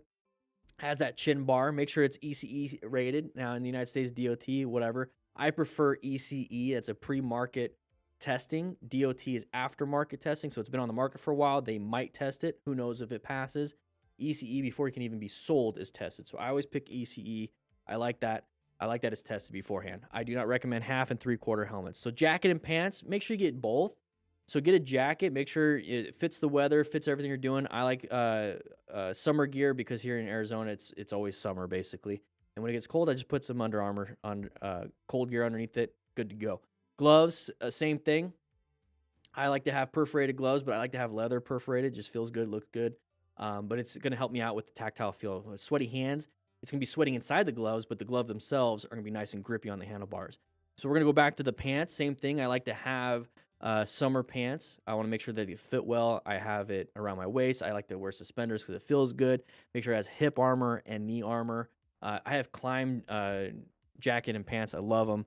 But boots, yeah, I like to have something past the ankle, above the ankle. If I could choose, I would have full on right below the knee boots, because if the first rock you're going to get into the shin sucks and you're going to be like, I wish I had a full shin high boot. You want to have something above the ankle so that it keeps the ankle in place. So if you accidentally do put your foot down and it starts to rotate on you, that's not good. And if we notice from this guy right here crashing, he just threw that little shoe at him. Didn't have that. So it looks like he just has regular pants. Looks like he's got a jacket, gloves, and a helmet. So at the end of the day, this is what I recommend if you just started and you got your bike and everything and you can't afford anything else other than a helmet, jacket, and then maybe one other thing. I'd get gloves. So helmet, gloves, jacket. Those are the three things I would get because that's going to protect your back if you have a back protector. Yeah, pants. Sure. You know, there's plenty of people that live without legs. I get it. It could happen to you. And then boots. Same thing. I would make sure at least get ankle high boots, get some hiking boots at least, not wear some like Toms or anything like that. Or do they even make Toms? I don't think so. Some Hey Dudes. Don't wear Hey Dudes when you're out riding on a motorcycle. But then slowly build up your gear. Build up that gear. So once again, get a full face helmet, get jackets and pants that fit you, that have elbow, shoulder, back, hip, and knee armor in them. You might have to replace the back protector because once you get it, it's going to be like that gray foam. It's not going to be an actual back protector. Get some gloves. You can get short cuff and then long gauntlet. Get long gauntlet if you want. I like short cuff just because it's super hot out and I'm just protecting that. My hands, but yeah, full gauntlet are pretty cool. Boots above the ankle. Get above the ankle. Get some protective gear. Very, very important. Because if not, a crash like this is going to hurt really bad. Whew. There's a shoe. That is a Hey Dude. Those are Hey Dudes. I love Hey Dudes. Those are Hey Dude shoes. Very comfortable. Very comfortable. Not recommended when you're out riding.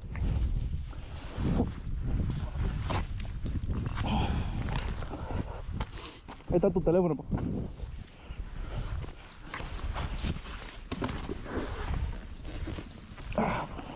Let's get past that. Here we go. Fat and Furious. That's the name. I didn't say that. The fault lies on both sides. The rider in front. Night riding. We just had a nice little webinar on that one, At the right time. On the other hand, this which is going to be on the MTC Rider Academy, and 1 month later on Motorcycle Training Concepts YouTube channel. Ooh, got cut in front of. Nice little impact. Hopefully that person didn't crash. Find the escape, find the escape, find the escape, find the escape. Dude, why would you come in my lane like that? Oh, blaming. ABS. Oh, I'm good. Zero accountability on that one. Okay? Are you okay? Yeah, I'm good. Oh, dump the bike. You good, bro? Okay. Why would you do that? First thinking about yourself, huh? All right, here On we the go. other hand, this rider would definitely manage to. So we're going pretty fast. We're hauling ass. We're guys. What are we doing here? Like, what are we doing here? I get it. You're talking on your Cardo Pack Talk Slims and everything, and the bolds and the edges. You know, link in the description for 20% off. But we're in and out of traffic. This is part of the hazard that you're bringing upon yourself. It's risky. You're risking yourself for the fun. Like, you knew this could happen. Avoid him if he had driven slower. Why did he switch? Let's take a quick look. Why did we switch to the far left lane? Because it was open, right? Why do you think that guy switched? Because the far left lane was open. We got switched in front of because of that. Now we're having to do this all super fast. We're doing 100 miles an hour. What are we getting upset about? You should not just keep going straight into him. Find the escape. Oh, it's much easier to go 100 miles an hour going straight. Nobody's in your way. I get it. now he hit 2 people. Yeah. What do you think's gonna happen, dude? What do you think is gonna happen? Okay. Suron. Ooh, a little e-bike crash. Oh, fuck. I say this. Nice pants. I like those pants. They look pretty good. I wonder if they're moto pants. It's got gloves. Yeah, I'm okay. Yeah, you just hit that bike or hit the car though. Let's take a quick look at this. So, one thing about e-bikes, and this is I don't know if this is something that manufacturers are doing or whatever, but their brakes aren't the best. Like they're good, but people are they're upgrading. They're getting like new modules and new like computer systems on their e-bikes to allow more power to be delivered, so it allows them to go faster. There are regulations in the United States like level 1, level 2 speeds and whatnot, and it's like the max you should be doing, or I think in some states and some places like 20 miles per hour. Like and then when you're off road, it can be unlimited or whatever. But yeah, 20 miles an hour. But then you have people out there getting new modules that will make it so they can go 60, 70 miles an hour. And yeah, Pamela, so converted e-bikes don't usually upgrade the brakes. And that's kind of what we're doing here, is that when they're upgrading like the power, it's like, okay, we're done doing our mods. It's like, no, it's like you just increase the speed utilizing bicycle brakes. So we need to upgrade the brakes. And then if you really think about it, it's like we need to upgrade our tires. Tires need to be able to handle this speed, because some tire tread just gets flown off at certain speeds. There's a speed rating on your motorcycle tires. There's a speed rating where it's safe to go under that speed. And so if we're going 60 miles an hour on an e-bike like this, you don't have the upgraded parts for everything else. So if something like this happens where you're at a stoplight, or if there's something like this that happens where you need to make an emergency stop or an emergency swerve, like if your tire tread goes off because you're doing an emergency swerve because it needs traction for that swerve and it just gets ripped off, you're kind of screwed. If you need traction to be able to stop, sure, you might have traction, but you're not going to have that pinching power of those brake pads, because the brakes and everything is just not working. The rotors aren't well. They're burnt out. And he's just sliding across the top. So one of you guys said there's not a lot of weight. Yeah, there's not a lot of weight. So now we're just sliding. So we have to make adjustments to our speed, or get really good at swerving. I mean, I'm talking about this because I ride e-bikes all the time. I love riding. I ride e-bikes more than I ride my bicycle or my motorcycle. I ride my motorcycle when it comes to training for the Smart Rider drills. I ride my motorcycle when it comes to just I want to have a good time. But my e-bikes, for the most part, I'm just having an even better time because, I'm going whatever it is that it goes, but I'm able to just kind of be like a kid on a BMX bike again. And it gives me that new thrill that I had when I first started riding motorcycles. But I recognize that, hey, you're not gonna be able to stop in time if you're going super fast. So you have to actually be pretty good about a bunch of other things, like swerving and maybe not going as fast. Better perception, better reaction times. I do want to have one of these bikes. I have Super 73s. A Luna Cycle, huh? The Fast Geo. Okay, bad line of sight, can't see much. They're coming around the corner. What's in front of us? Whoa! Were we supposed to go? We can go straight on that spot, right? They weren't supposed to turn left on that spot. Yeah, what are you doing, buddy? Look at that. Look at the arrows. Look at the arrows. You jerk. I can go straight and turn left. You have to go straight. So it wasn't anticipating that. And he honks at you. At the end of the day, they think they're right. Kind of just move on. Thankfully, we didn't get hit.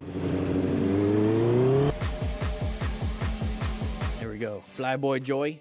Oh, side of the vehicle. Found an escape. Found an escape. Good job. Check your pantalones afterwards. Doing fine. Doing fine. Doing fine. Sand napper. See you running around the corner, slowing it down. That's one of the hazards we have out there. This situation perfectly shows that the behavior of the woman in the next clip was extremely irresponsible. Okay. Perfect example. That kind of ruins the fun for me. There's a woman with a baby. Okay. There's a woman with a...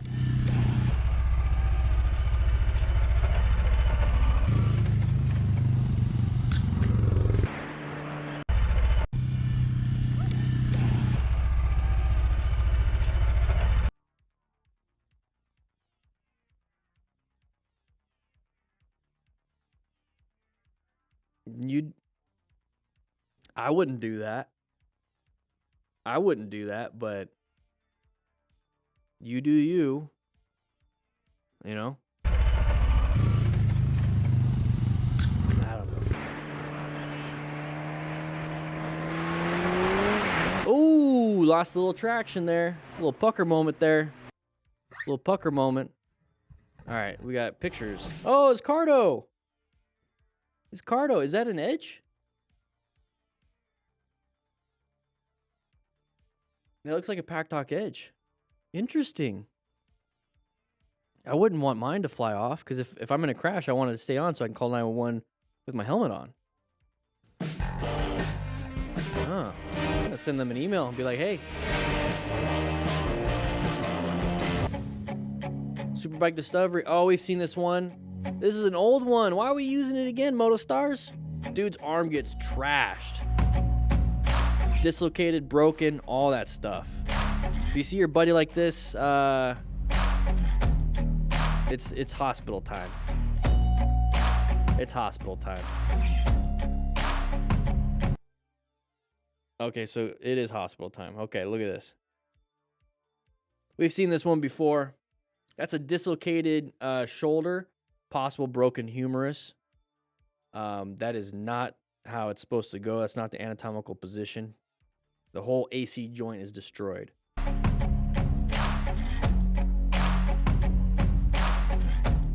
Oh, he's in pain. Oh, we having some fun. No, watch out, watch out, watch out, watch out. Why are we blurring it out? So we dumped the bike. All of our... Oh.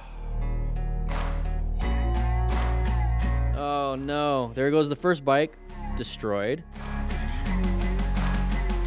Run!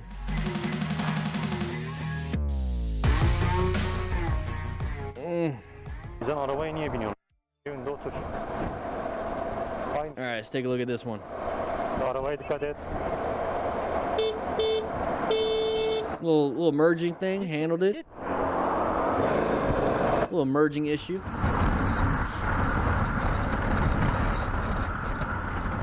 Little merge issue. Not a big deal. Not a big deal. Why not just cut across 2 lanes? I don't know.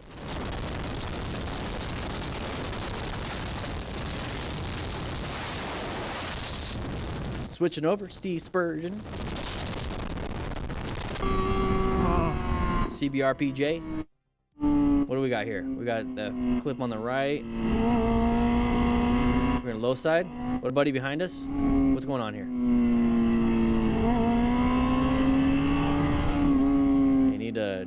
Oh, there's the low side. There's the low side. There it is. Dump the bike. Hopefully we're doing fine. The clips could have been a little bit aligned better, but look at full gear. That's all that matters, brother. You're right. You're killing the game. That's all that matters. Look at the full gear. I love the full leathers. The bike looks okay. Yeah, I'm fine. We can run. Stay down, we'll get the bike.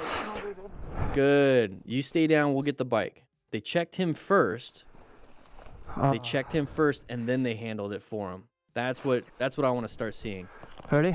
Check your buddy first. Thanks The for bike can be watching till the replaced. end. Oh, you're welcome. Thank you, MotoStars, for having another good video here. But yeah, make sure you guys check your buddies. We just launched the rescue awareness course. So Unit 5 at the MTC Rider Academy, the Basic Smart Rider. So if you want to learn more about how to rescue somebody, just like in that situation, sign up. Links in the description. But I'll be seeing you guys later. Bye. Boom, look at that. We got another video, guys. Don't worry about it. We got another video. We got another video. Let's go ahead and get that up on the board. These ones came out. This one came out today? No, this came out a week ago. This one came out a week ago. The other ones were yesterday and I think today. Yeah. How's everybody doing today? Just low side because putting a lot of some speed in that tire. Maybe it's starting to go bald. You know, there's road surface hazards. Just leaned a little too far. There's a lot of reasons why. It just happens. Like whenever you see somebody pushing the limits of a bike, it's more than likely going to be a low side.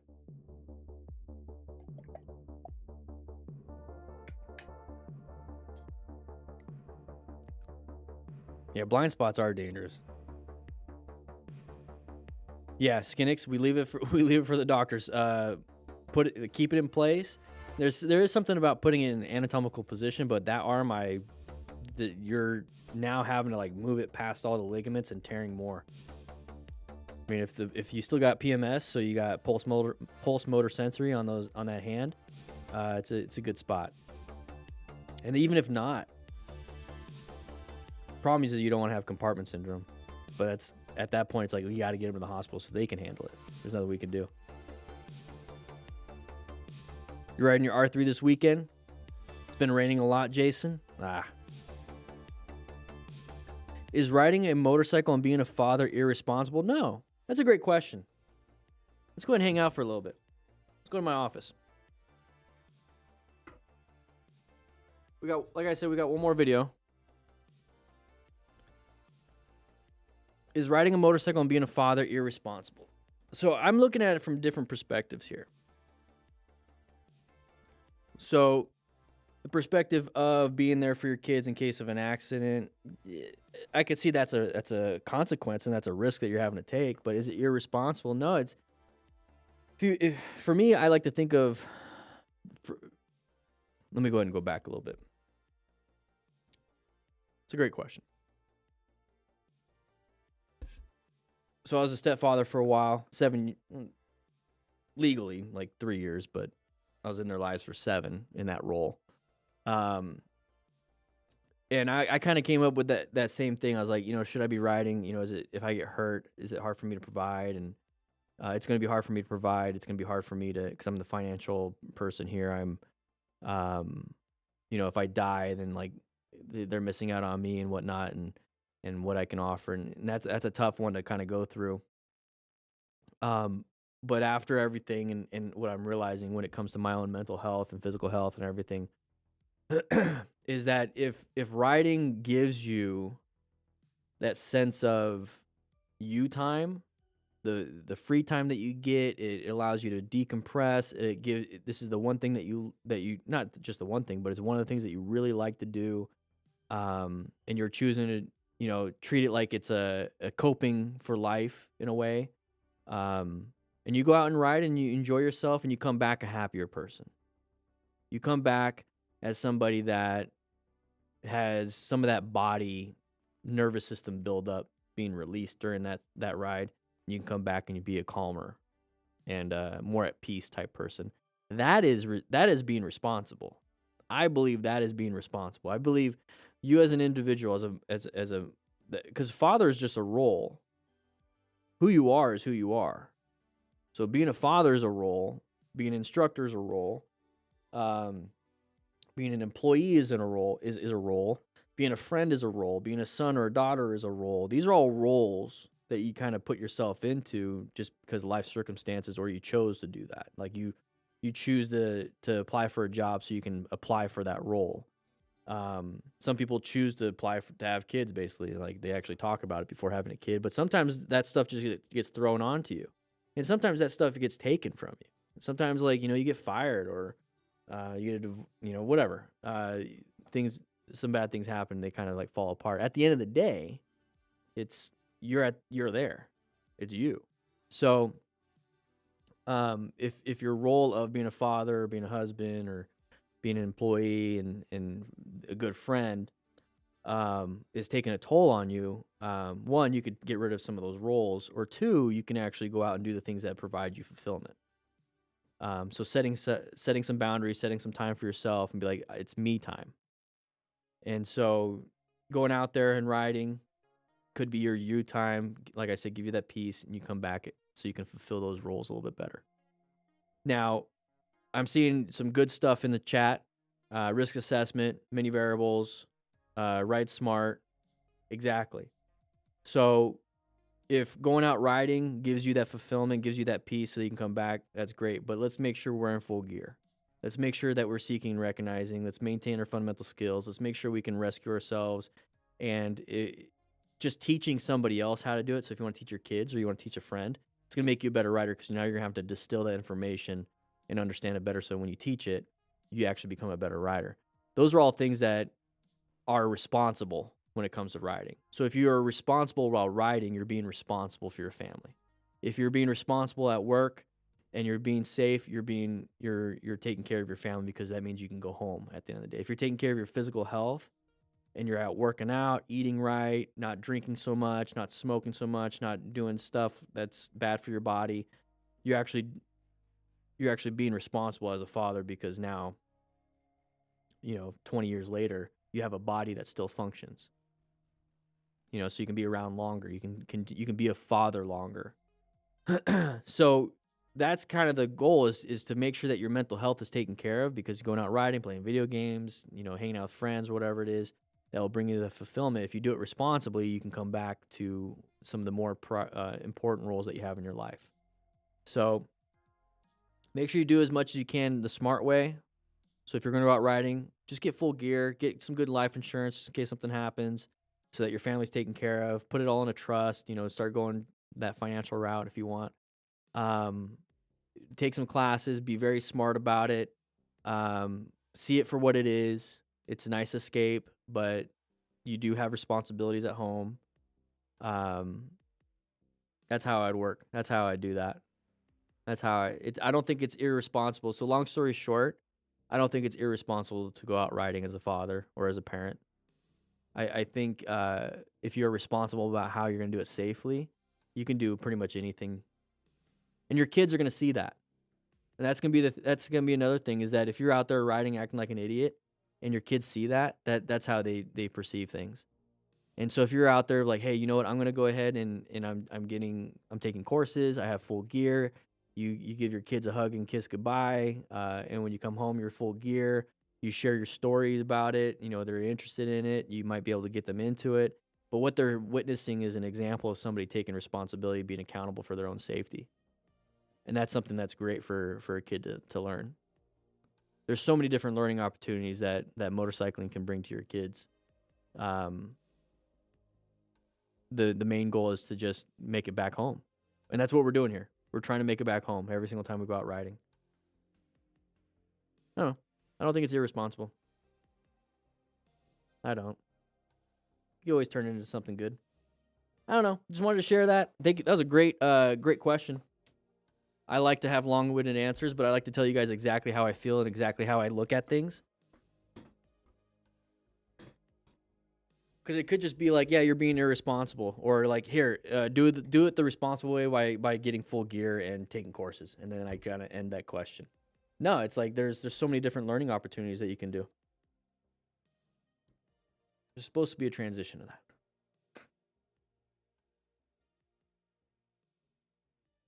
Yeah, and you want to go back home to your kids in a good mental state.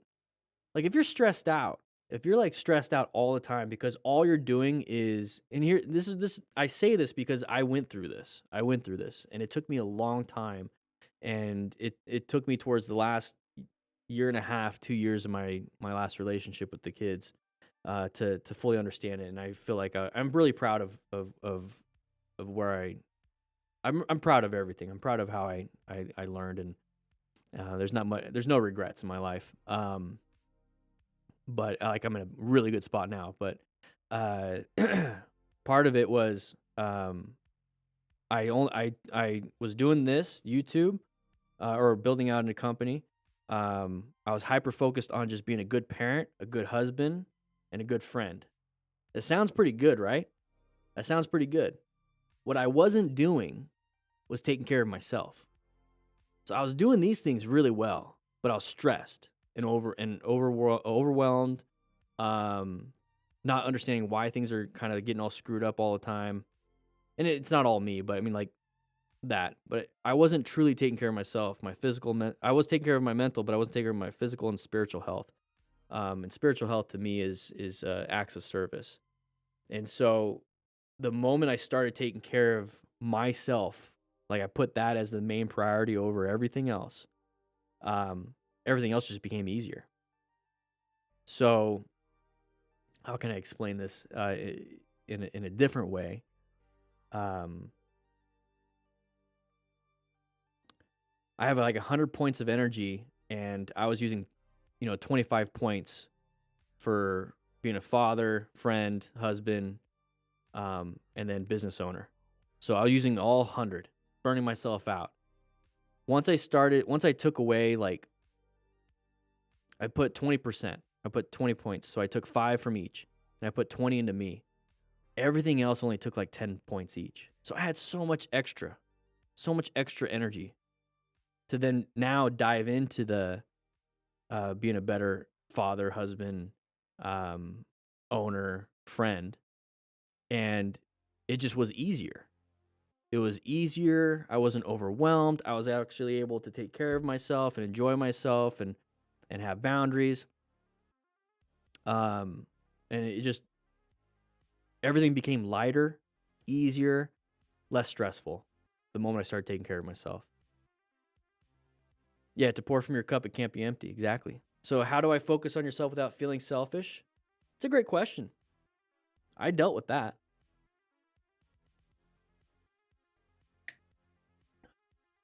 It's not selfish to take care of yourself. First and foremost, it's not selfish to focus on yourself. No. If the goal for yourself is so that you can be financially secure, so you can have food security, shelter security, so that you can have your basic needs met, so you can have a good physical body, so you can have good mental health, that's not selfish. Selfish, so selfish is I'm taking from somebody so I can have a better life. Or I'm disregarding responsibilities so that I can play video games. Because video games help me become a better person. It's like video games can be an escape, motorcycles can be an escape, but it goes past to like more of an addiction, and that's when it becomes dangerous. So like drinking a lot of alcohol can be bad for your life. It can be selfish, but having a drink here and there, especially when it's social and it's not a hindrance to your life, that's not a problem. But it's not selfish to. And I'm still learning how to express this. So this is part of the teaching and mentoring, right? So this is a great question. Thank you for asking. I'm hoping some of this kind of gets to you guys. Let me know if it does, because it kind of puts me on the right path of what I'm trying to say. I'm always trying to figure out different ways of saying it. And I'm seeing some good stuff here about, you can't pour from your cup, it can't be empty. That's a great lesson, because the moment I decided to start loving myself and taking care of myself, it allowed me to understand what needs to be done to love somebody else. It's easy to solve problems for other people. It's easy to be a people pleaser, a rescuer. It's easy to it's easy to solve somebody else's problem. And you think that's love. You think that's something that, hey, I did something for somebody, that means I'm generous. No, it's not all the time. The moment you start doing it for yourself, the moment you start taking care of yourself, the moment you start like solving your own problems, the moment you start taking care of your own health, taking your own advice, you start to realize there's some things that, like, your advice kind of sucks sometimes. You start to realize, oh, I just need to get up and do the laundry. I need to make my bed. I need to clean the bathroom. I need to eat, some good quality meals and stop snacking so much.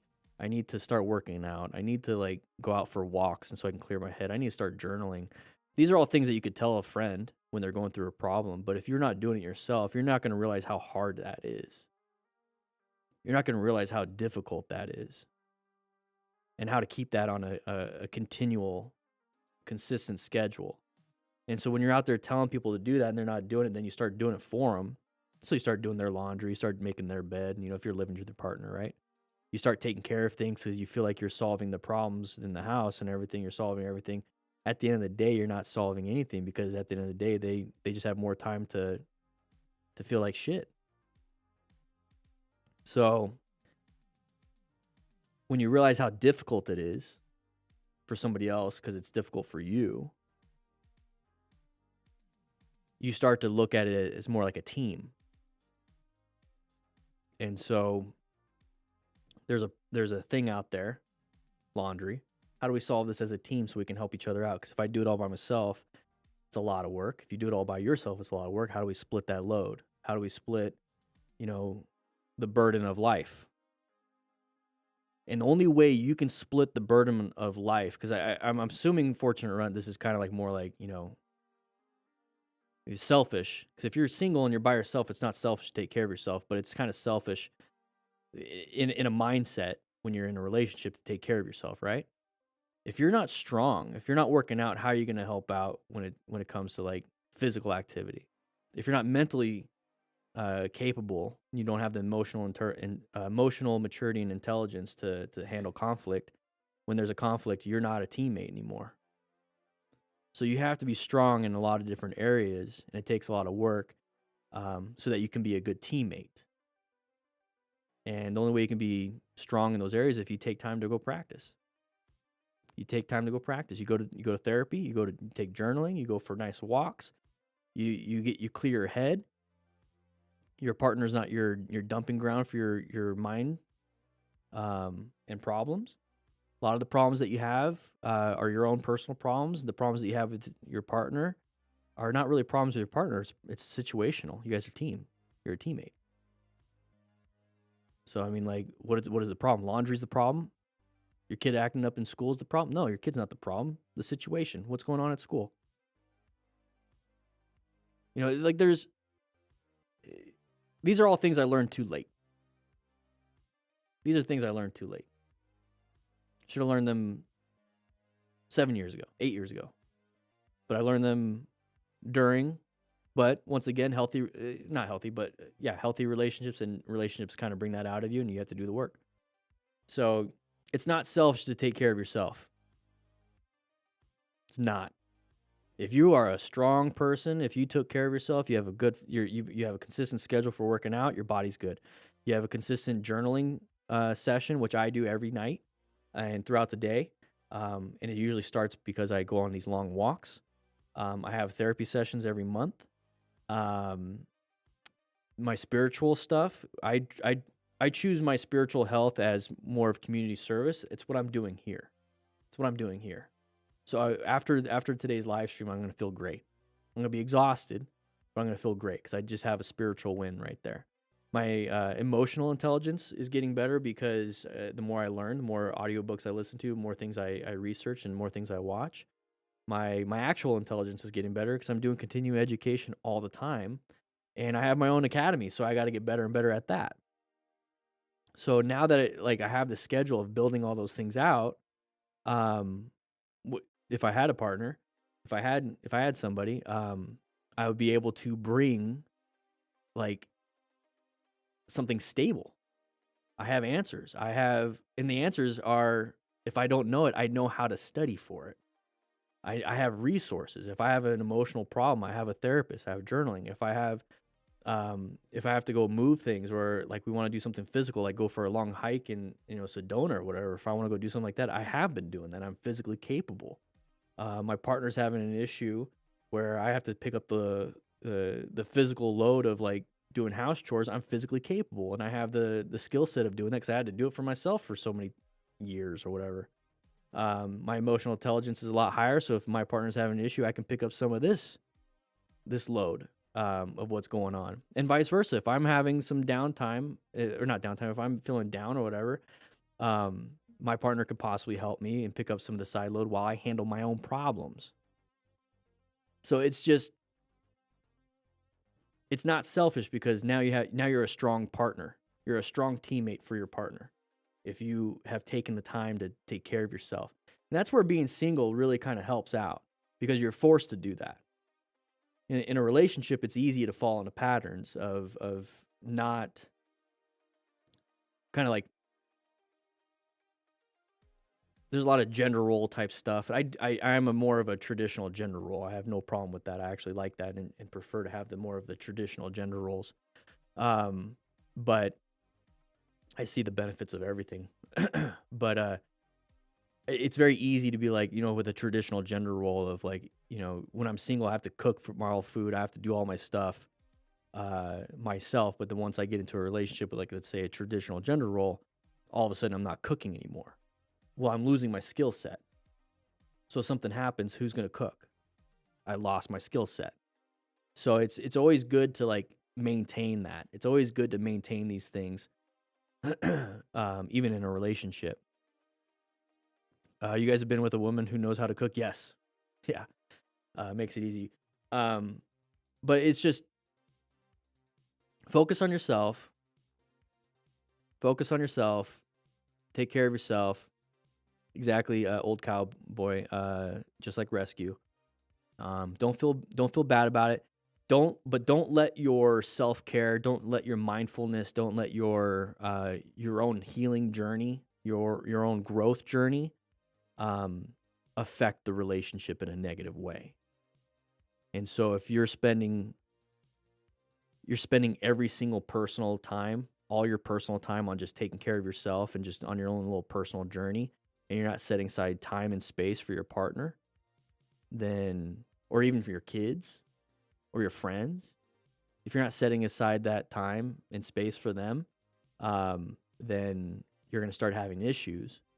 But at the same time, you want to realize, should your friends have that space and time? Are they friends that are going to help you out and help you grow too? Are you helping them grow? Is your partner helping you grow? And kids are unconditional. It doesn't matter. You set time for them. Nah, it doesn't matter. You set time for your kids. You set time and space for your kids. They automatic. The moment your kids they enter your life, they take a chunk out of it, no matter what. No. So that's why you have to be in a good spot. You have to be in a good spot. You can't be on this crazy healing journey or this growth journey and then be like, I want to have kids, and just be like, well, they're kind of out there. It's like, no, you have to be ready. It's almost like a final destination part of your own journey. And now your journey with your kids is more of a mentorship and unconditional love. And so when you're teaching your kids how to do things and you're spending time with your kids and having these relationships and conversations with your kids, you're still learning. You're still growing. You're going to grow even more. You're going to realize what you don't know when you have kids. And that's a blessing. And that's what I'm hoping you guys all see in friends and partners, is that once you get into relationships, you're going to realize what you're missing. And that's when you're going to feel triggered. That's when you're going to feel like you're not feeling good in certain areas where you feel kind of insecure. And that's just because your relationship's pointing it out to you. And so then that's time for you to go practice and get better and better. You guys have been with women? Yeah.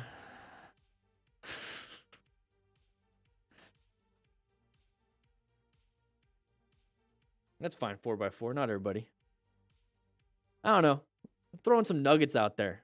These are things that I've been thinking about for a long time. And it just kind of moves into the mentorship thing. Having good relationships, very important. Very important. Very important. All right. We probably lost a few people here. It is what it is. So now we're going to get into... See, I'm not just a motorcycle guy. Honestly, like, I care about you guys, and motorcycles is just a part of it. I don't know. Those are my thoughts. All right, guys, we're going to go ahead and talk about this. Let's go ahead and hit that record button, 3, 2, 1, and jumped into this. Biker almost fell inside the car. We're going to see this one. Ooh, that's no es buenos. And we dumped the bike. All right, let's take a look. Scooter Chronicles. We'll start with a young driver who completely preoccupied with his phone put this rider in a difficult situation. Open lane pattern. We see this a little bit. We're going to get merged into. There it is. Swerve. Good job with the braking. Good job. Handled it. Probably couldn't swerve all the way because that vehicle was there. Handled it very well. Applied the brakes. A little bit of a horn. Red light. Okay. What are we doing here? What are we doing here? Hey, yo. He doesn't want to talk to me now. Oh, he's embarrassed. Phone down. Thank you, Christian. I appreciate that. Young kid. Streams I'm going to try to do every Thursday. Every Thursday. All right, here we go. When you slap your own mirror. Uh-oh, what are we doing here? Ooh. Nice little response. That was close, though. That was close. So it could easily hit your hand, too. That would be my biggest fear, is hitting the hand, because then it'll knock the handlebars. How close we are. I mean, how close we mean we actually hit. A little bit too close for comfort on that one. Almost hit the handlebars. Oof. Almost hit the handlebars. No good. All right, Kawasaki Yams. Watch out, boy. Whoa, whoa, whoa, whoa, whoa. Brakes. Well. That was a quick. So we're riding staggered pretty good here. Okay, we got, we can swerve it for planning. We're talking about planning, positioning, locating. We got an escape here. This guy's got an escape there. We're perfectly staggered. So if this person swerved right, we're not going to run into them because we're not right next to each other. So doing pretty good. I don't know how this. Watch out, watch out. This jump, and I have a feeling this happened because our buddy up ahead decided to lane filter, and we wanted to do the same, but we did it last second. That's my guess. But we slammed the brakes. We slammed the rear brake too. We started slipping and sliding a little bit. And so if we see that, our job isn't to just keep watching our buddy.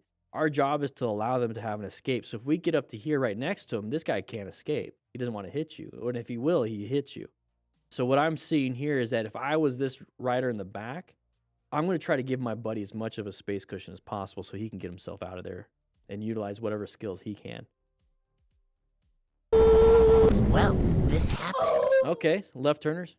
Yep, I'm flying. Oh. Goodbye to the GSXR. That is the most, apologize to all Karens, that is the most Karen outfit I've ever seen. It's comfy. It's okay to go out in it. It's probably like a one piece.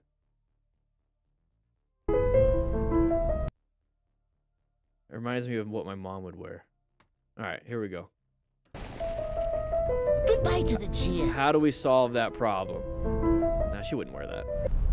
Anyways. Another situation in which the driver Moving is on. probably busy with something else. Grip and rip. It's right there, the least expected moment. Oh, a little tippity tap. A little tippity tap on the butt. Fuck was that? Pull over. Pull over. Alright. A little tippity tap. What you want to watch out for is any damage to the rear. What did you say? There's nothing to it. Well, I need to check if it's alright. Very good. Checking things are loose. It could damage the axle. It can push up the suspension. It still can cause some injuries to the bike. That's what I was trying to get at. It's going to cause some damage and injuries. Mickey Dorky. Oh, swerve. Put your hands back down. A little freaky. A little freaky. Check your pants. You might want to pull over on that one. Let's take a look at that one more time. Here we go. So we're coming up to here. We have a left turner. Oh, no. So we're going to have to apply some good progressive braking because this is going to be a red stage situation. We got to get ourselves out of this. And we're able to brake in time, allow that person to go, and then find the gap, which is going to be that escape path. But if we notice, we actually have a buddy behind us. So right here, we have our hands up. And we're freaking out. We have our buddy right there. So he almost got hit too. Wow. Backwoods Adventures. Here we go. Nice little turn. Looks like we're in an RV. We're pretty high up. Hey Siri, call Lawrence. Whoa.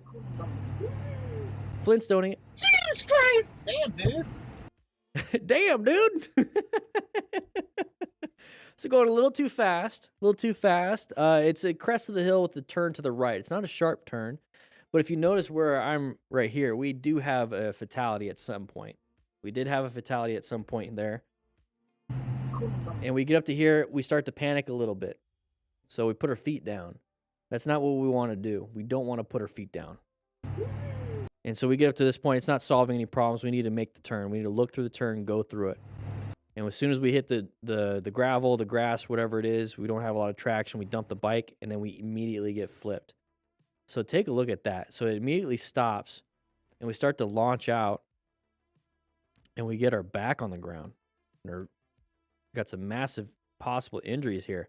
So let's watch at full speed, and this is exactly why we wear full gear, everybody.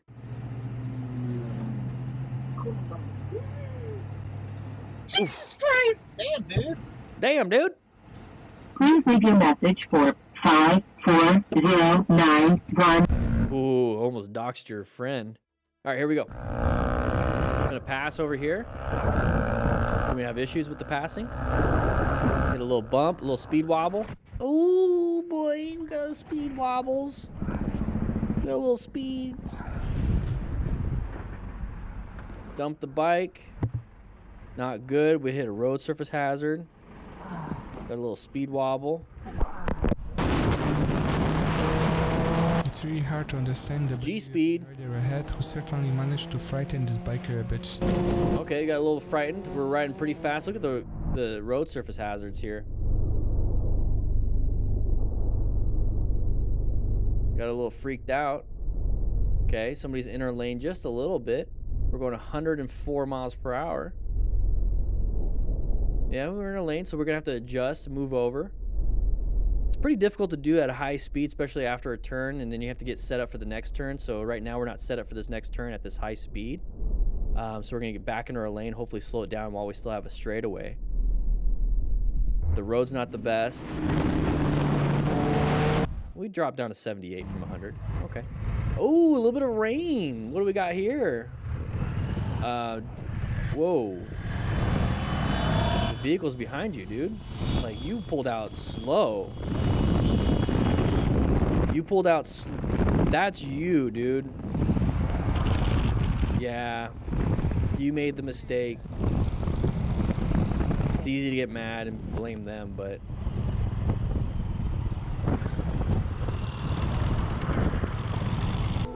Yeah, so you made the mistake there.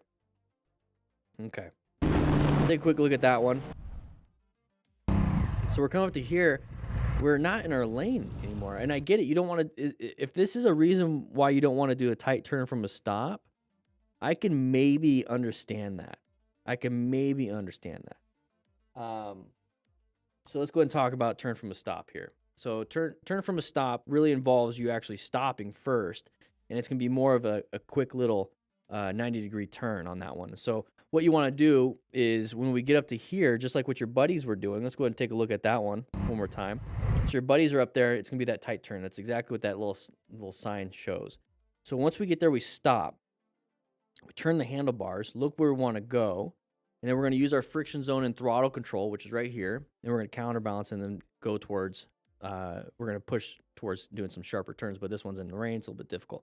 So we're going to stop, turn the handlebars, look, and then friction and throttle control, and then go. You want to do it nice and slow. And I get it. Some people are scared to do that because we have the rain. We don't want to do that. We want to make it more of a straight turn. But we got to start practicing because we can't do that all the time. We have vehicles coming out here. We're doing it. We're cutting across. We're choosing not to stop because we're worried about having to start again on a wet road when we have traffic. So it's very good to stop in the first place, look both ways, and then understand your skill set and realize, you know what, I can't make this turn with the traffic.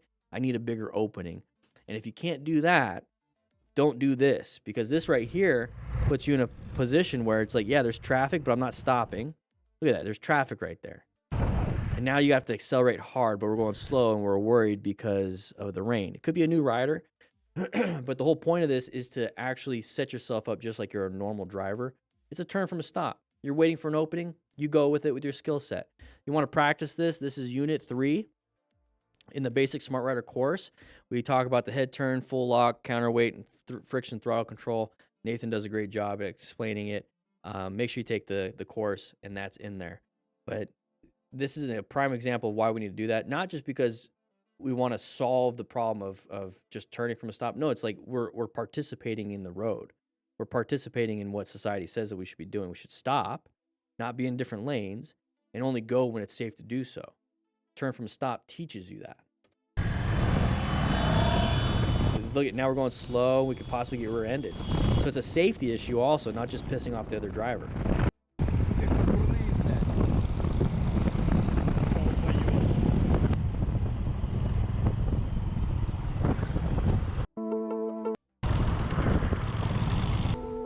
There we go. Going around a roundabout. Not a big deal. It's an orange stage, the side of the vehicle. They're freaking out. They stopped. You saw the nose dive in. Very good. Found the escape. Oh, time to rescue if we can. Thankfully, we got our rescue packs right here.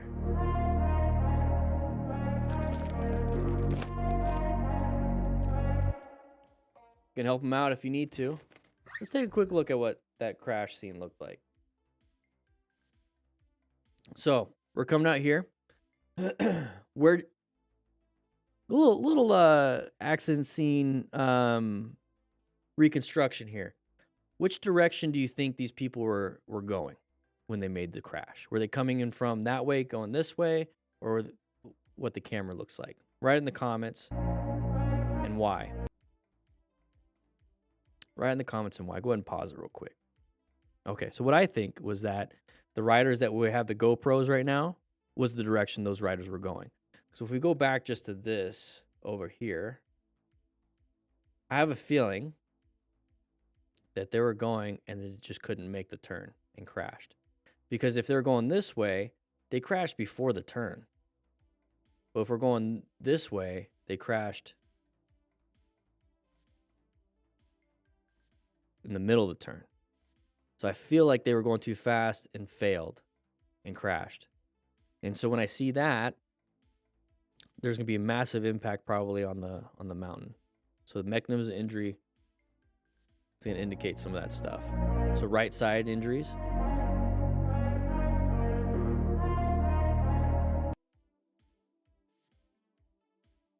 This thing is smashed. So maybe it's like a front end hit. Lots of frontal injuries to the rider. Still on the ground. Rider still on the ground. Mechanism of injury. Think about legs, pelvis. All right, Heavy Rider Nation, here we go. If riding in a group wasn't challenging enough, riders can always count on the drivers to test their patience. Look at that plane.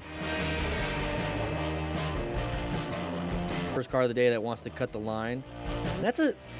So write in the comments for those of you that are in motorcycle clubs and groups. So when you have these big long group lines, how do you handle these situations? Because if you really think about it, like you could be like a quarter mile long, and like you just blocked a vehicle from like switching lanes. Like, so how is there like a safe way to let somebody in, or do you just say screw it, it's their problem, they got to figure it out? It's okay to ride this close to each other. They're staggered. Like, you just blocked somebody from having to, like, they need to take an exit, or they were going to be forced to take an exit. I mean, I know the goal is to not break up the group, but yeah, for me, just let them through.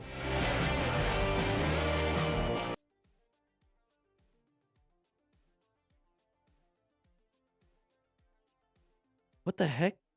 He's got a full-on mic on his head. It reminds me of like those videos of like somebody riding around with a dildo and just smacking it around the front of their helmet, and it's just like sticking out. I don't know. It's pretty phallic looking. Oh, it's one of those helmets that aren't helmets. It's a backwards cap, backwards basketball cap. That's like those hard carbon fiber helmets that don't do anything.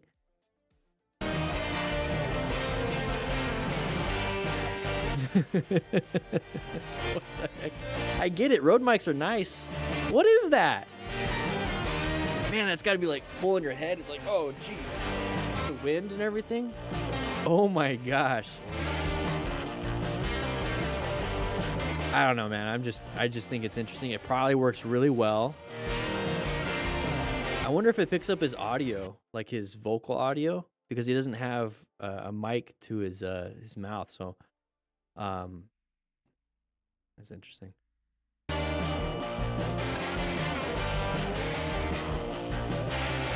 Got a nice little unicorn. He's even got blind spot mirrors. He's got blind spot mirrors.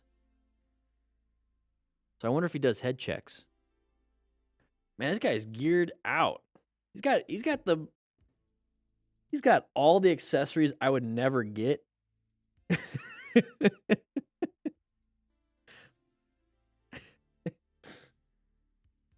He's got a helmet I don't recommend. He's spending money on an interesting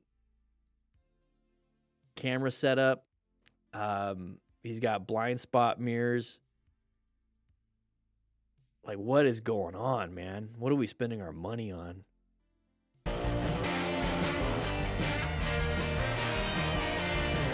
No gear. They are a smart idea. I don't know. Maybe I'm making fun of it. It probably works well. Blind spot mirrors. Ronnie, are you okay? Talking on the Cardo. Oh, not something you want to see. No. Yeah, heart drops immediately. He's walking. That's good. Are you okay? Remain calm. Ensure your own safety first. Yeah, I bet you did. Oh, he's pissed. Whoa, where'd that guy come from? Whoa, where'd that guy come from? And there's like somebody else.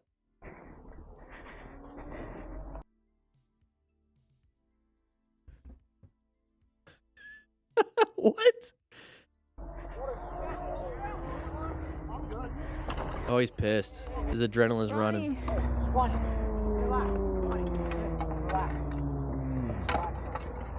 It doesn't work to say relax, but hey, come sit.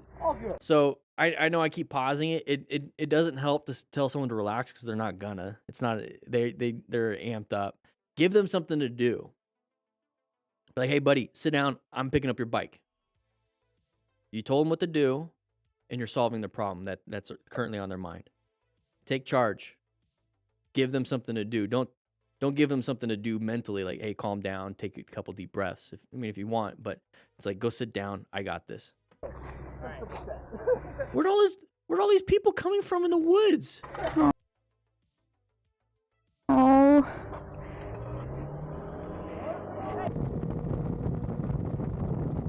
Oh, a little low side. Oh, you see him flip? Watch, he catches air with his leg. There it is. That's why you have back protectors. Sloth on an H2. Oh, he matches his bike. That's cool. Oh, little brake. Ooh, traction.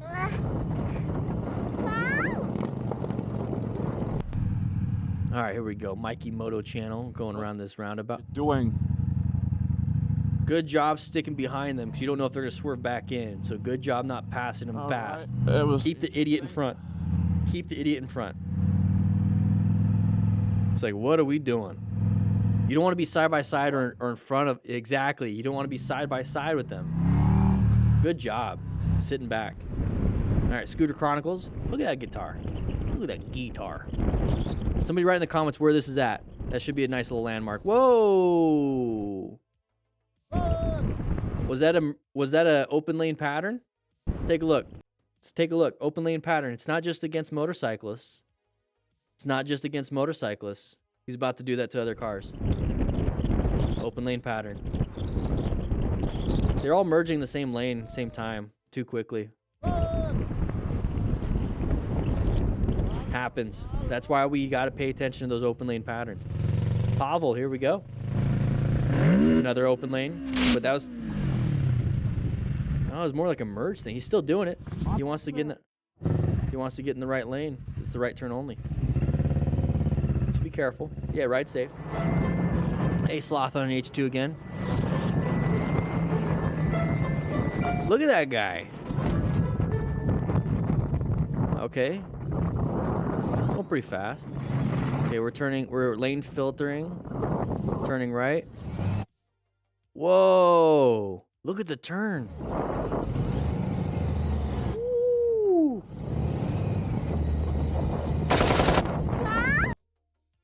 That was a great turn. That was a great turn. That was quick. So he went from white stage to like red immediately. He should have went to orange stage. I'm talking about the guy on the one wheel, the monowheel thing. He should have went to orange stage because it was an intersection. He just assumed he could have kept going. Dude, you're going into the road. Like, you should have slowed down a little bit and looked both ways before crossing. He was just gonna go. But look at this swerve. Ooh, I bought that helmet that this guy has. I bought it. I was gonna use it for the e-bikes, but it just didn't. It was really cool looking, but I decided to get a Bell. Really nice helmet.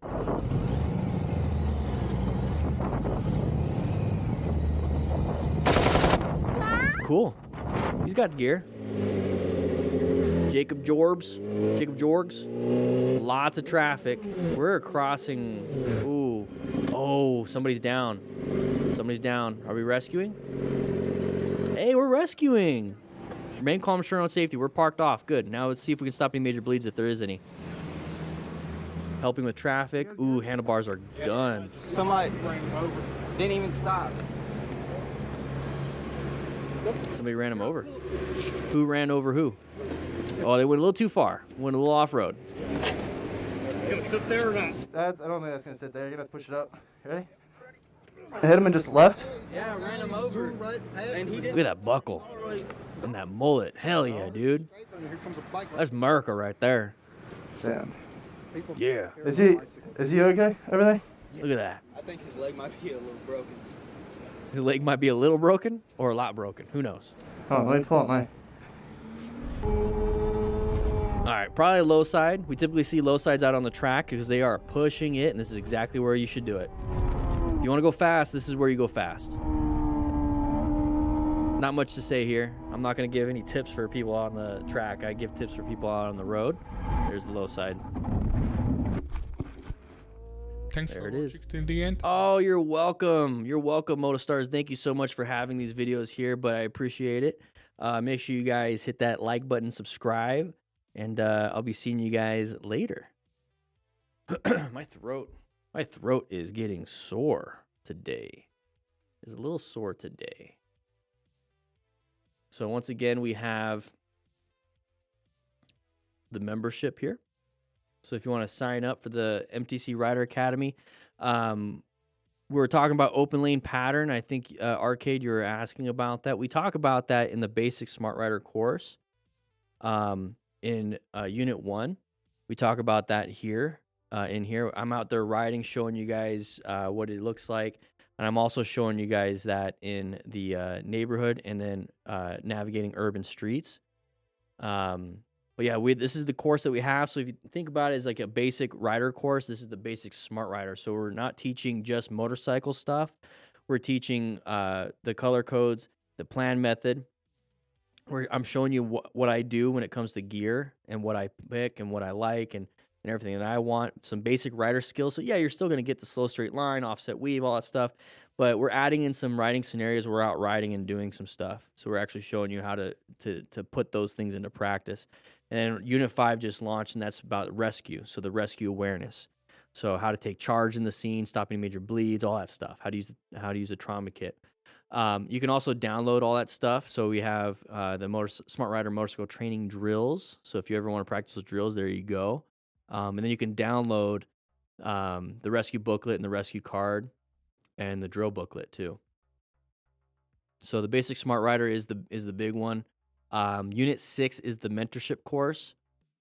And so that's going to be launching. My goal is by the end of the month. And then after that, we're going to have the testing. Unit 7 is the testing. So that's going to be a lot of Smart Rider drills. And then once that's all complete, and that's complete, I'm working on webinars. And that's what this is all about. So Unit 1 is going to be split up instead of just like, those, was it like, I think it was like 8 or 9 lessons. Yeah, we got some, I'm building out new slides and I'm doing a full-on webinar. And what I'm doing right now is practicing those webinars. And you guys are helping me practice those webinars by doing, let me show you guys what we did earlier today.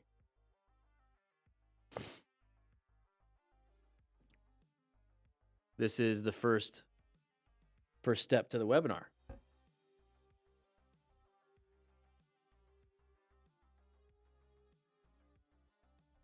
So we're working on this.